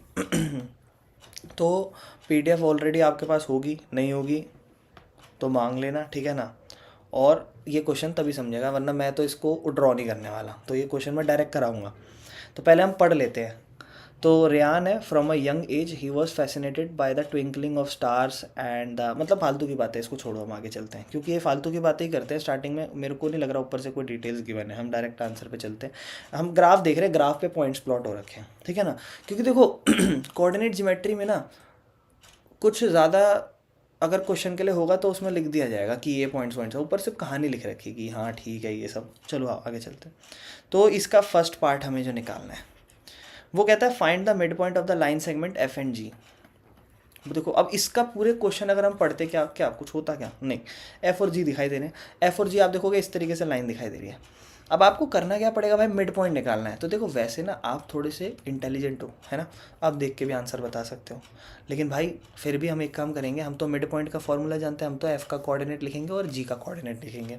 तो अगर मैं ध्यान से देखो, एफ ना एक्स एक्सेस वाली लाइन पे है ना, तो एक्स एक्सेस पे हमने कल ही पढ़ा था कि जब भी एक्स एक्सेस पे होता है तो किसकी वैल्यू जीरो होती है, एक्स की या वाई की। अगर एक्स एक्सेस पे तो वाई की वैल्यू जीरो होती है, तो यहाँ नो डाउट मैं वाई की वैल्यू तो जीरो लिख दूंगा। और एक्स किस पर है, एफ जो पॉइंट है वो -3 पे, यानी कि एक्स कोऑर्डिनेट आ गया। और दूसरा जी जो है ना वो देखो ये ऐसे एक्स से एक्स एक्सेस है, वाई एक्सेस है सॉरी, और वाई एक्सेस के थोड़ा आगे है, तो इसमें एक्स और वाई दोनों के पॉइंट आएंगे। तो अगर इस तरीके से ग्राफ बना हुआ है, आप ध्यान से देखो, यहाँ से आप एक्स की वाई की वैल्यू निकालना है, इसके बिल्कुल सीधा रख के और इसके बिल्कुल सीधा रख के एक्स की वैल्यू यहाँ से सोचना और वाई की वैल्यू यहाँ से सोचना। ये जो आपके एक्स एक्सिस वाई एक्सिस है ना, ये आपका एक्स एक्सिस है, ये आपका वाई एक्सिस है, यहाँ से आप इनकी वैल्यू सोचना, ठीक है ना। हाँ, तो अभी चेक करते हैं, ठीक है। तो अब अगर मैं देखूँ जी, तो जी मेरे भाई एक्स की तरफ से तो 1 बन रहा है और वाई की तरफ से 4 बन रहा है। अब आपको मिड पॉइंट निकालना है ना, तो मिड पॉइंट का फॉर्मूला क्या होता है, मिड पॉइंट का फॉर्मूला लिखते हैं x1 + x2/2 comma y1 + y2/2। तो सबसे पहले कोऑर्डिनेट लिखने हैं और फिर उसका पुट करना है, ये अपना x1 होगा, ये अपना y1 होगा, ये अपना x2 होगा, ये y2 होगा। x1 + x2 -3 + 1/2 comma y1 + y2 मतलब 0 + 4/2। तो ये हो जाएगा -2/2 कॉमा 0 + 1 4/2, ये हो जाएगा -1 और ये हो जाएगा 4/2 का 2। अब थोड़ा सा ना एक काम करना, पुट करके देखना क्या वो लाइन पे आ रहा है, तो आपको कंफर्म भी हो जाएगा। तो अगर आप -1 और 2 पुट करोगे, देखो बिल्कुल एग्जैक्ट ग्राफ में बिल्कुल बीच में बन के आ रहा होगा, जादू सा लग रहा होगा, है ना। तो भाई जायज़ बात है, वो तो हमने करा जो सही है। तो ये इसका मिड पॉइंट है, तो ये इसमें यहीं इतना करोगे आपको 1 नंबर मिल जाएगा, है ना। 1 नंबर का ये दे रखा है केस स्टडी में फर्स्ट पार्ट, ठीक है। अब चलते हैं भैया इसके सेकंड पार्ट पे, ठीक है ना। सेकंड पार्ट कहता है what is the distance of point A and C. A और सी पॉइंट के डिस्टेंस मांगता है। तो एक बार फिर से आ जाता है उस फिगर पे, ए और सी पॉइंट के डिस्टेंस मांग रहा है, मतलब डिस्टेंस ए कोऑर्डिनेट लिखना है, बी सी कोऑर्डिनेट लिखना है, और दोनों के बीच में देखो कितनी ईजी केस स्टडी पड़ रही है ना। ए और सी पॉइंट बस ढूंढना पड़ेगा, है ना। ए पॉइंट तो कहीं नज़र नहीं आ रहा, अच्छा हाँ यहाँ ए। अरे भाई ए और सी कोऑर्डिनेट का आपको डिस्टेंस निकालना है। तो भैया मेरी बात ध्यान से सुनो, आप अगर आप ध्यान से देखोगे तो कुछ इस तरीके से फिगर बना है, यहाँ आपका ए लिखा हुआ है, ठीक है, यहाँ आपका बी लिखा हुआ है, और इस तरीके से फिगर आगे जा रही है, यहाँ आपका सी। अगर आप ध्यान से देखोगे तो ए और सी के बीच में अगर मैं एक लाइन ड्रॉ करूँ मन में, तो कुछ इस तरीके से लाइन ड्रॉ होगी, है ना। लेकिन क्या लाइन ड्रॉ कर रखी है, नहीं भाई नहीं कर रखी। तो मन में अब एक तरीके से इमेजिनरी लाइन ड्रॉ कर लो, ठीक है ना। और आपको कुछ नहीं करना, जब आपको किसी 2 पॉइंट के बीच में, ध्यान सुनना, किसी 2 पॉइंट के बीच में डिस्टेंस निकालना होता है, आपको उन 2 पॉइंट के कोऑर्डिनेट्स पता होने चाहिए। आप उसमें डिस्टेंस फार्मूला लिख देते हो, तो आप लाइन भी ड्रॉ मत करो ना, आप बस इतना पकड़ लो, यहाँ पे क्वेश्चन आंसर करो, ए पॉइंट क्या है होने वाला है। अब ए पॉइंट को सोचो, ए पॉइंट पे एक्स की वैल्यू 3 बन रही है और वाई की वैल्यू 4 बन रही है, तो एक्स की वैल्यू यहाँ पे 3 है और वाई की वैल्यू यहाँ पे 4 है। और अगर आप सी कोऑर्डिनेट देखें तो एक्स की वैल्यू है -1, देखो ध्यान से देखो, एक्स की वैल्यू -1, कन्फ्यूज नहीं होना, और वाई की वैल्यू है -2, ठीक है, थर्ड क्वाड्रेंट है, दोनों नेगेटिव होते हैं। इसमें डिस्टेंस फॉर्मूला लगाना है। डिस्टेंस फॉर्मूला क्या होता है, फिर से लिखो, y2 - y1 का whole square plus x2 - x1 का होल स्क्वायर, ठीक है ना। अब ध्यान से सुनना, y2 माइनस इसको लिख लेते हैं x1, इसको लिख लेते हैं y1, इसको लिख लेते हैं x2 और इसको लिख लेते हैं y2 मतलब -2। अब देखो उल्टा भी कर सकते हो आप, कोई प्रॉब्लम नहीं है, इस बार हम ऐसा कर लेते हैं, y2 -2 माइनस y1 मतलब -4 का होल स्क्वायर प्लस x2 मतलब -1 और उसमें माइनस करना है क्या, x1 मतलब 3 और एक सेकेंड ये रूट कहाँ लिख दिया, है ना। हाँ, तो ये अगर हम ध्यान से देखें तो ये हो जाएगा -6 का होल स्क्वायर और ये हो जाएगा -4 का होल स्क्वायर। -6 का स्क्वायर है वो 36 हो जाएगा और 4 का स्क्वायर 16 हो जाएगा, तो 36 और 16 हो जाता है √52। तो इसका आंसर हमारा √52 होगा, ठीक है। चलो जी, अभी इसी का ऑप्शन में बी था और ऑप्शन में, ठीक है ना। तो कहता है कोऑर्डिनेट बताओ of the point which divide the line segment. तो पहले एक काम करते हैं, बी को छोड़ो, पहले सी पे चलते हैं। और ऑप्शन है ना इसका, बी हमने कर लिया वैसे, और ऑप्शन बाद में देखेंगे। What are the coordinates of point D. अब भैया कोऑर्डिनेट्स बताने डी पॉइंट। डी कोऑर्डिनेट मतलब 9th में पढ़ा था ना, कोऑर्डिनेट मतलब एक्स और वाई की वैल्यू। तो ढूंढो डी कहाँ है, कितना आसान है। देखो डी पॉइंट आपको बिल्कुल नीचे की साइड दिखा रहा होगा, एक्स की तरफ -5 बन रहा होगा, सॉरी वाई की तरफ -5 बन रहा होगा और एक्स की तरफ -2 बन रहा होगा, यानी कि एक्स का वैल्यू -2 है यहाँ पे और वाई का वैल्यू -5 है। तो कोऑर्डिनेट हो गया -2, -5, खत्म। थर्ड क्वाड्रेंट में दोनों नेगेटिव, देखो फ्री के 4 नंबर मिल गए इसमें हमारे। तो ये हमारा पार्ट खत्म हो गया। अब इसका बी पार्ट का और करते हैं, है ना। और पार्ट क्या कहता है, देखो भाई सारे समझने अपने को, है ना। हम कोई पेपर थोड़ा ना दे रहे जो हाँ कि और तो छोड़ो क्यों करना है, तो हमें तो सारे समझना है। अगर मैं क्वेश्चन पढ़ूँ, find the coordinates of the point which divides the line segment of the joining points. तो कभी भी ज्वाइनिंग पॉइंट्स हो जाए तो बना लेना कौन कौन से ज्वाइनिंग पॉइंट है ए और बी। और एक पॉइंट बताओ जो उनको 1 और 3 की रेशो में बांट रहा हो, हमें नहीं पता क्या है लेकिन 1 और 3 की रेशो में अब ए कोऑर्डिनेट बताओ, ए कोऑर्डिनेट क्या है, कुछ नहीं करना अपने को।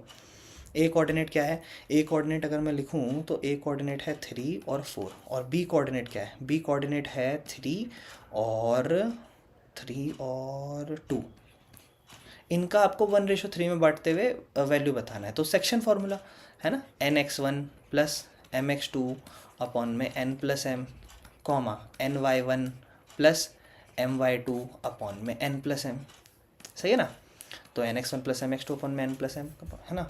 तो इसको लिख देते हैं x1 x2 y1 y2 और ये अपना रेशो है। इसको रेशो को क्या लिखेंगे, m रेशो n। लेकिन जब इसी रेशो को निकालना होता है तो क्या मानते हैं, k रेशो 1 n nx1 मतलब 3 x1 मतलब 3 प्लस m मतलब 1 x1 मतलब 3 अपॉन में दोनों रेशो का plus 1 plus 3 comma ny1 n मतलब 1 3 y1 मतलब 4 प्लस m मतलब 1 y2 मतलब 2 अपॉन में 1 प्लस 3।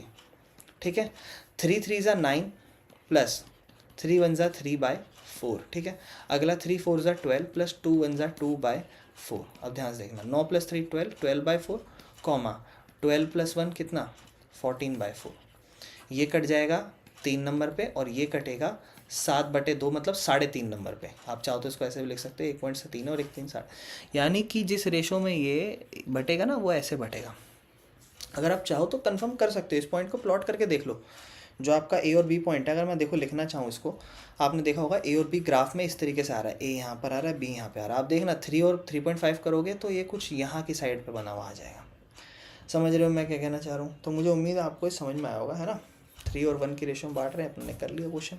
ठीक है, तो आज की क्लास में इतने रखेंगे। और ये हमारा जो है सेट नंबर 4 हो गया। अब इसके बाद हम लोग सेट नंबर 5 करेंगे, फिर हमारा कोऑर्डिनेट ज्योमेट्री खत्म हो जाएगा। अगर मुझे लगेगा कि मुझे कोई और क्वेश्चन भी ऐड अप करने चाहिए इसके अंदर थोड़े बहुत, तो मैं थोड़े से क्वेश्चन और ऐड कर लूँगा। तो ये हमारा सेट 4 हम सेट कर चुके हैं। अब अगली क्लास में ना जो मतलब अभी जो नेक्स्ट पार्ट आने वाला है उसमें हम 5th सेट करेंगे। ठीक है ना, उसमें भी सेम 6 नंबर का क्वेश्चन होगा। इसके बाद फिर हम आगे के चैप्टरों पे चलेंगे। ठीक है, तो अब हम जो हमारा सेट स्टार्ट कर रहे हैं ना वो सेट नंबर 5 है, जो कि हमारा लास्ट सेट है। उसके बाद हमारा कोऑर्डिनेट ज्योमेट्री के हमने कुछ प्रीवियस ईयर के क्वेश्चन सॉल्व कर लिए होंगे। और इसमें हम स्टार्ट करते हैं, इसमें केस स्टडी आया हुआ है और स्टार्टिंग हो रखी है क्वेश्चन नंबर 24 से। ठीक है, तो क्वेश्चन नंबर 24 करता हूँ। देखो, अगर आपने प्रॉपर वीडियो देखी होगी, हर एक क्वेश्चन को सॉल्व करा होगा, तो आप बहुत अच्छे से ये क्वेश्चन कर सकोगे। तो एक एज अ टेस्ट रखना है इसको। ठीक है ना, इस वाले क्वेश्चन को तो खास करके जो 24 क्वेश्चन होने वाला है, एज अ टेस्ट क्यों बोल रहा हूँ, ठीक है ना, एज अ टेस्ट इसलिए बोल रहा हूँ भाई क्योंकि ये दोनों क्वेश्चन हो सकते हैं आराम से। और जो उसके अलावा जो हमारा क्वेश्चन आएगा केस स्टडी का, वो हो सकता है मे बी आप नहीं कर पाओ, हो सकता है, पर एक्चुअल में वो उससे भी ज़्यादा आसान है। ध्यान रखना, कोऑर्डिनेट ज्योमेट्री अगर केस स्टडी में आया तो सबसे आसान वो तभी बनेगा। ठीक है ना। तो जैसे फर्स्ट क्वेश्चन है 24 का, अब इसमें 2 पार्ट है, या तो ए कर लो या बी कर लो। चलो, कहता है find the ratio in which the point, एक पॉइंट है, डिवाइड द लाइन सेगमेंट। तो एक पॉइंट है, रेशो निकालनी है, ये पॉइंट है, ये डिवाइड कर रहा है इस लाइन सेगमेंट को। तो ये पॉइंट पी है -4,6। ठीक है, और ये जिस लाइन को डिवाइड कर रहा है उसके ज्वाइनिंग पॉइंट्स है। देखो, मैं कितनी बार बात कर चुका हूँ ज्वाइनिंग पॉइंट्स की। ज्वाइनिंग पॉइंट्स का मतलब जो कॉर्नर पॉइंट्स होंगे एक तरीके से, जहाँ से वो लाइन ज्वाइन कर रही होगी। तो ए का ये है, बी का है 3,-8। बोलता है इसका रेशो बताओ। नहीं पता रेशो, के रेशो 1 मानते हैं और सेक्शन फार्मूला लगाते हैं। फिर से सेक्शन फार्मूला को याद करते हैं, nx1 प्लस mx2 अपॉन में n plus m comma ny1 plus my2 upon में n प्लस m। ये हमारा सेक्शन फार्मूला है जिससे हमारे x और y कोऑर्डिनेट्स आ जाते हैं। इसको हम अगर देखें तो हमारे पास कोऑर्डिनेट है, x का वैल्यू -4 है और y का वैल्यू 6 है, जिससे कोऑर्डिनेट निकलेंगे, है ना, वो हमारे पास है। तो हमें रेशो चाहिए, यानी कि n और m चाहिए, है ना। तो रेशो हमें नहीं पता, n और m, इसको हम मान लेंगे m रेशो n, है ना। n रेशो m मत लिखना, इसको m रेशो n लिखना। ठीक है, m पहले आता है, n पहले आता है, लेकिन सेक्शन फॉर्मूले में वो उल्टा हो जाता है। इसको हम x1 लिखेंगे, इसको हम y1 लिखेंगे, इसको हम x2 लिखेंगे, इसे हम y2 लिखेंगे। अब बस पुट कर देते हैं, किसी भी एक में पुट कर लेना, 2 में ज़रूरी नहीं है। जैसे एक काम करते हैं, y में पुट कर देते हैं, क्योंकि 6 थोड़ी सी आसान वैल्यू लग रही है, तो ऐसा लग रहा है मुझे कि 6 में पुट कर देते हैं, y में पुट करते हैं, यानी कि इसे y का कोऑर्डिनेट निकालना पड़ेगा।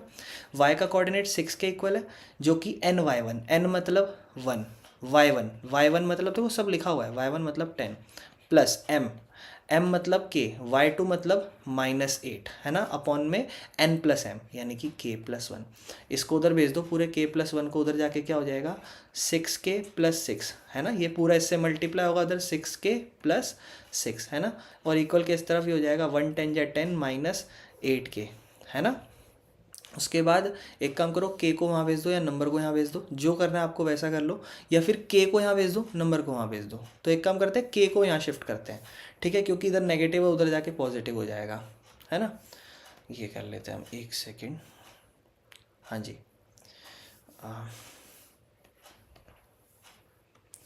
तो ऐसा करते हैं, 6 के यहीं रखते हैं, इधर आके ये 8 के यहाँ पे प्लस का 8 के हो जाएगा, 10 को वहीं रखते हैं, उधर आके प्लस का 6 माइनस का 6 हो जाएगा, ये हो जाएगा 4 और ये हो जाएगा 14 के। और 14 के जब 4 के बराबर होगा तो के का वैल्यू 4/14 हो जाएगा, विच विल बिकम 2/7। और जब मैं इसको के रेशो 1 में रखूँगा तो 2/7 रेशो 1 होगा, और 7 उधर चला जाएगा, यानी कि इसका रेशो 2/7 आ जाएगा। भाई अगर आप एक्स कोऑर्डिनेट से करोगे तो भी यही आंसर आएगा, मैंने वाई से करा है। अगर आपने एक्स से करा और आपका आंसर ये आ रहा है कोई प्रॉब्लम नहीं, लेकिन अगर आंसर गलत है तो भाई एक बार ठीक कर लेना, ठीक है। चलो, तो ये हमारा इसका ए पार्ट क्लियर हो गया। अब देखो हम इसके सारे पार्ट करेंगे, तो अब इसके बी पार्ट पे चलते हैं। बी पार्ट कहता है प्रूव करो ये जो पॉइंट्स है, ठीक है ना, एक ट्राइंगल बना रखा है, और उस ट्राइंगल का मान लो 3,0 6,4 और -1,3। कहता है प्रूव करो ये वर्टिसेस है, मतलब पॉइंट्स है एक आइसोसेलेस ट्राइंगल के। तो उसके लिए आपको पता होना चाहिए भाई आइसोसेलेस ट्राइंगल कौन सा होता है। आइसोसेलेस ट्राइंगल जिसकी कोई भी दो साइड इक्वल होती है। अब देखो ये लगभग क्वेश्चन कर रखे हैं हमने बार बार, है ना, तो वही ऐसे ही क्वेश्चन आ रहा है, फर्स्ट सेकंड पेपर में देखे थे। तो पहले हम ए बी की वैल्यू निकाल लेंगे, फिर बी सी की वैल्यू निकाल लेंगे, फिर सी ए, तीनों में डिस्टेंस फॉर्मूला लगाएंगे, किसी दो का बराबर आ जाएगा तो हम कह देंगे कि हाँ जी प्रूव हो गए, है ना। तो अब थोड़ा सा ना पहले एक बार फॉर्मूला लग देता हूँ, थोड़ा सा स्पीड में चलेंगे। और भाई आप लोग ज़रूर इसको करके देखना, फिर आंसर चेक करना कि आपका आंसर सही है कि नहीं है। अच्छा देखो, अब मैंने डायरेक्ट आंसर कर दिया, आप चेक करना तीनों पॉइंट्स, ठीक है ना। पहले मैंने इसको x2 माना है, इसको y2 माना है, इन दोनों को माइनस करा है x1 और y1 को, है ना। फिर इन दोनों की जब बात करी BC की, तो इसको x2 और इसको, मतलब इसको x2 और इसको y2 माना, और इसको x1 और इसको y माना, इसमें से माइनस करा, ठीक है ना। फिर इन दोनों में करा तो फिर ये वैल्यू रखी, और मैंने देखा AB और AC, ये AB और AC इन दोनों का डिस्टेंस सेम आ रहा है। तो देखो आपने कर लिया होगा, इसलिए मैंने डायरेक्ट कैलकुलेशन कर ली है, और अब हमारा ये पार्ट कंप्लीट हो गया, इसमें और कुछ नहीं है, ठीक है ना। तो ये हमारा पार्ट कंप्लीट हो गया, हम आगे चलते हैं।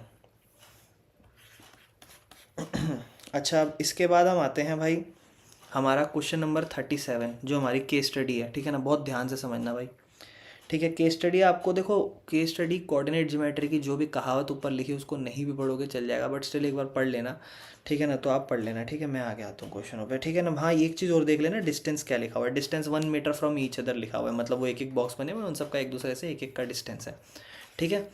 और भाई पहले आप इसे ट्राई कर लेना, ठीक है, हो जाएगा, या ऐसी कोई प्रॉब्लम नहीं है इसमें। इसका जो फर्स्ट पार्ट है बड़ा साधारण सा है। देखो कहता है कि अब देखो आप ये जो बॉक्स बना हुआ देख रहे हो, यहाँ पे ए है, ए को ओरिजिन ले लो, तो ए के हिसाब से ये बना लो कोऑर्डिनेट ज्योमेट्री। तो आपको पता ही एक्स एक्सिस है, ये वाई एक्सिस है, और दोनों पॉजिटिव वैल्यू वहाँ पर आती है हमारी, है ना। तो अब हम ध्यान से देखें अगर, तो हमें क्या मांगा इस क्वेश्चन में, कहता है कोऑर्डिनेट्स बताओ ट्राइंगल पी क्यू आर के। तो देखो एक ट्राइंगल पी क्यू आर आपको बना हुआ नज़र आ रहा है कुछ इस तरीके से, है ना। कुछ इस तरीके से ट्राइंगल पी क्यू आर बना हुआ नज़र आ रहा है, और यहाँ पे है पी पॉइंट अपना, यहाँ है क्यू पॉइंट अपना, और यहाँ आर। तो हम जस्ट चेक करते हैं। तो अब देखो पी पॉइंट ये है, तो यहाँ से एक्स का वैल्यू चेक करो, यहाँ से वाई का वैल्यू चेक करो और लिख दो। तो अगर मैं चेक करूँ पी का वैल्यू, अब एक इस हिसाब से देखना, 1 2 3 4, पी का वैल्यू यहाँ से 4 पड़ रहा है, एक्स का वैल्यू, और वाई का वैल्यू 1 2 3 4 5 6, तो 6 पड़ रहा है, ये अपना पी का पॉइंट आ गया। तो जो हमारा पी कोऑर्डिनेट होगा उसका बनेगा 4,6। उसके बाद अगर हम बात करें क्यू की, तो क्यू अगर हम देखें तो 1 2 3 और इधर से भी 1 2, यानी कि 3 और 2 बन रहा है। तो क्यू पॉइंट बन रहा है हमारा 3 और 2। अगर हम आर को देखेंगे तो आर बन रहा है 1 2 3 4 5, एक सेकेंड कन्फ्यूजन हो रही है, 1 2 3 4 5 6, आर का वैल्यू एक्स पे 6 है, ठीक है ना। और वहाँ से चेक करें तो 1 2 3 4 5, और यहाँ से 5 है, ठीक है ना। यानी कि आर का वैल्यू 6,5। देखो कितना कितना नंबर दे रखा है, एक नंबर, फ्री का एक नंबर मिल रहा है आपको, क्या ही चाहिए भाई, है ना। सेकंड आपको कहता है कि भाई या तो एक काम करो, पी क्यू का और क्यू आर का डिस्टेंस निकालो। अब देखो पी क्यू ये रहा, पी क्यू और क्यू आर, इनका क्या निकालो, डिस्टेंस, मतलब इनका बीच में नहीं, इसका अलग डिस्टेंस निकालो, इसका अलग डिस्टेंस निकालो, 2 नंबर का काम है, बताओ क्या ही दिक्कत है। नहीं तो आपको पता है क्या कह रहा है, तो पहले पी क्यू, अब देखो निकाल लोगे ना डायरेक्ट, लिख देता हूँ पी क्यू पी आर लिखा ना, क्यू लिख देता हूँ 3,2, मैं डायरेक्ट लिख देता हूँ। आप देखो थोड़ा सा जल्दी करना है, x2 माइनस x1 का होल स्क्वायर अपॉन में y2 माइनस y1 का, है ना, अपॉन नहीं मतलब प्लस में, तो y2 माइनस y1, 6 में से 2 गया 4, 4 का होल स्क्वायर, और 4 में से 3 गया 1 का होल स्क्वायर, 4 का होल स्क्वायर 16, 16 और 1 17, रूट 17 आ गया। क्यू आर की बात करते हैं, क्यू आर ये रहा y2 माइनस y1, 5 में से 3 गया 2, और 5 में से 2 गया 3, 3 का होल स्क्वायर, 6 में से 3 गया 3 का होल स्क्वायर, तो क्या हो जाएगा 9, 9 18, रूट 18। चाहो तो थोड़ा सिंप्लीफाई कर देना, जैसे रूट 18 है 2 के पहाड़े पे 2 के पहाड़े पे 9 नंबर पे आता है, फिर 3 के पहाड़े में 3 नंबर पे, 3 के पहाड़े में 1 नंबर पे, तो हम इसको 3 बाहर निकाल सकते हैं, तो हम लिख सकते हैं 3√2। जिसको नहीं समझ में आया रूट 18 को, आप ये बताओ 2 मल्टीप्लाई 3 लिख सकते हो, 3 बाहर निकाल लो क्योंकि पेयरिंग हो रही है, और रूट के अंदर 2 रह जाएगा, 3√2 हो जाएगा, लिख सकते हैं सिंप्लीफाई करके। समझ में आ गया, ठीक है। इसी का बी पार्ट देख लेते हैं एक बार, भाई कर दे रखा है तो कर ही लेते हैं, चलो, है ना। तो जो इसका बी पार्ट और ऑप्शन में दे रखा है वो कर सकते हो, पर मुझे लगता है आप सेक्शन फार्मूला ट्राई नहीं करोगे, बट सच बात बताऊँ भाई, ऐसे देखा जाए तो सेक्शन फार्मूला भी कुछ मुश्किल नहीं है, वो एक्चुअल में बहुत ज़्यादा आसान है अगर आप चीज़ें अच्छे से समझ सको तो। कह रहा है एक पॉइंट है जो डिवाइड करता है लाइन सेगमेंट पी और आर को, यानी कि इस वाली लाइन को, पी और आर को, किस रेशो में, 2:1, सब दे रखा है भाई। पी और आर को तो आर और पी से मत लेना, वरना रेशो उल्टी हो जाएगी, पी से आर, पी और आर के बीच में 2:1 इंटरनली बस इतना ध्यान रखना, आपके पेपर में जो भी क्वेश्चन आएगा वो इंटरनली ही आएगा, एक्सटर्नली क्या होता है वो बाद में समझना है आपने। तो ये मान लो हमारी लाइन है पी और आर, पी पॉइंट क्या है अपना 4 और 6, आर पॉइंट क्या है 6 और 5, क्या रेशो है 2:1। फॉर्मूला क्या होता है nx1 प्लस mx2 अपॉन में n+1 m+m, फिर ny1 प्लस my2 अपॉन में n+m। अब आप देखो ध्यान से सुनना, आप इसको ज़्यादा इजी समझोगे अगर ध्यान से देखोगे तो, क्वेश्चन की लैंग्वेज समझ आएगी तो। यह आपका m और n होता है ना, है ना, और यह आपका x1, यह आपका y1, यह आपका x2, यह आपका y2। तो nx1 मतलब 1, x1 मतलब 4 प्लस m मतलब 2, x2 मतलब 6 प्लस 3, क्योंकि दोनों रेशो को जोड़ोगे 3 आएगा, फिर ny1 1, y1 मतलब 6, m मतलब 2, y2 मतलब 5 अपॉन में 3, 4, 6 दूनी 12 और 4 16, 16/3, और 2 पंजे 10, 6 16 है 16/3, दोनों का सेम पॉइंट आ रहा है, ठीक है, ठीक है ना। तो ये हो जाएगा इस तरीके से, ठीक है ना। हाँ चलो 16/3 ये अपने 2 पॉइंट्स आ गए, अब 2 नंबर का हो गया, कुछ भी नहीं था बताओ इसमें, है ना। चलो इसके बाद थर्ड पॉइंट को देखते हैं। अब थर्ड पॉइंट ये फिर से 2 नंबर का है भाई, तो थर्ड आपको अब देखो ये कितने नंबर का हो गया, अगर हम देखें 3 पार्ट है, ये 2 और 2 4 शायद 5 नंबर का हो गया, तो है ना।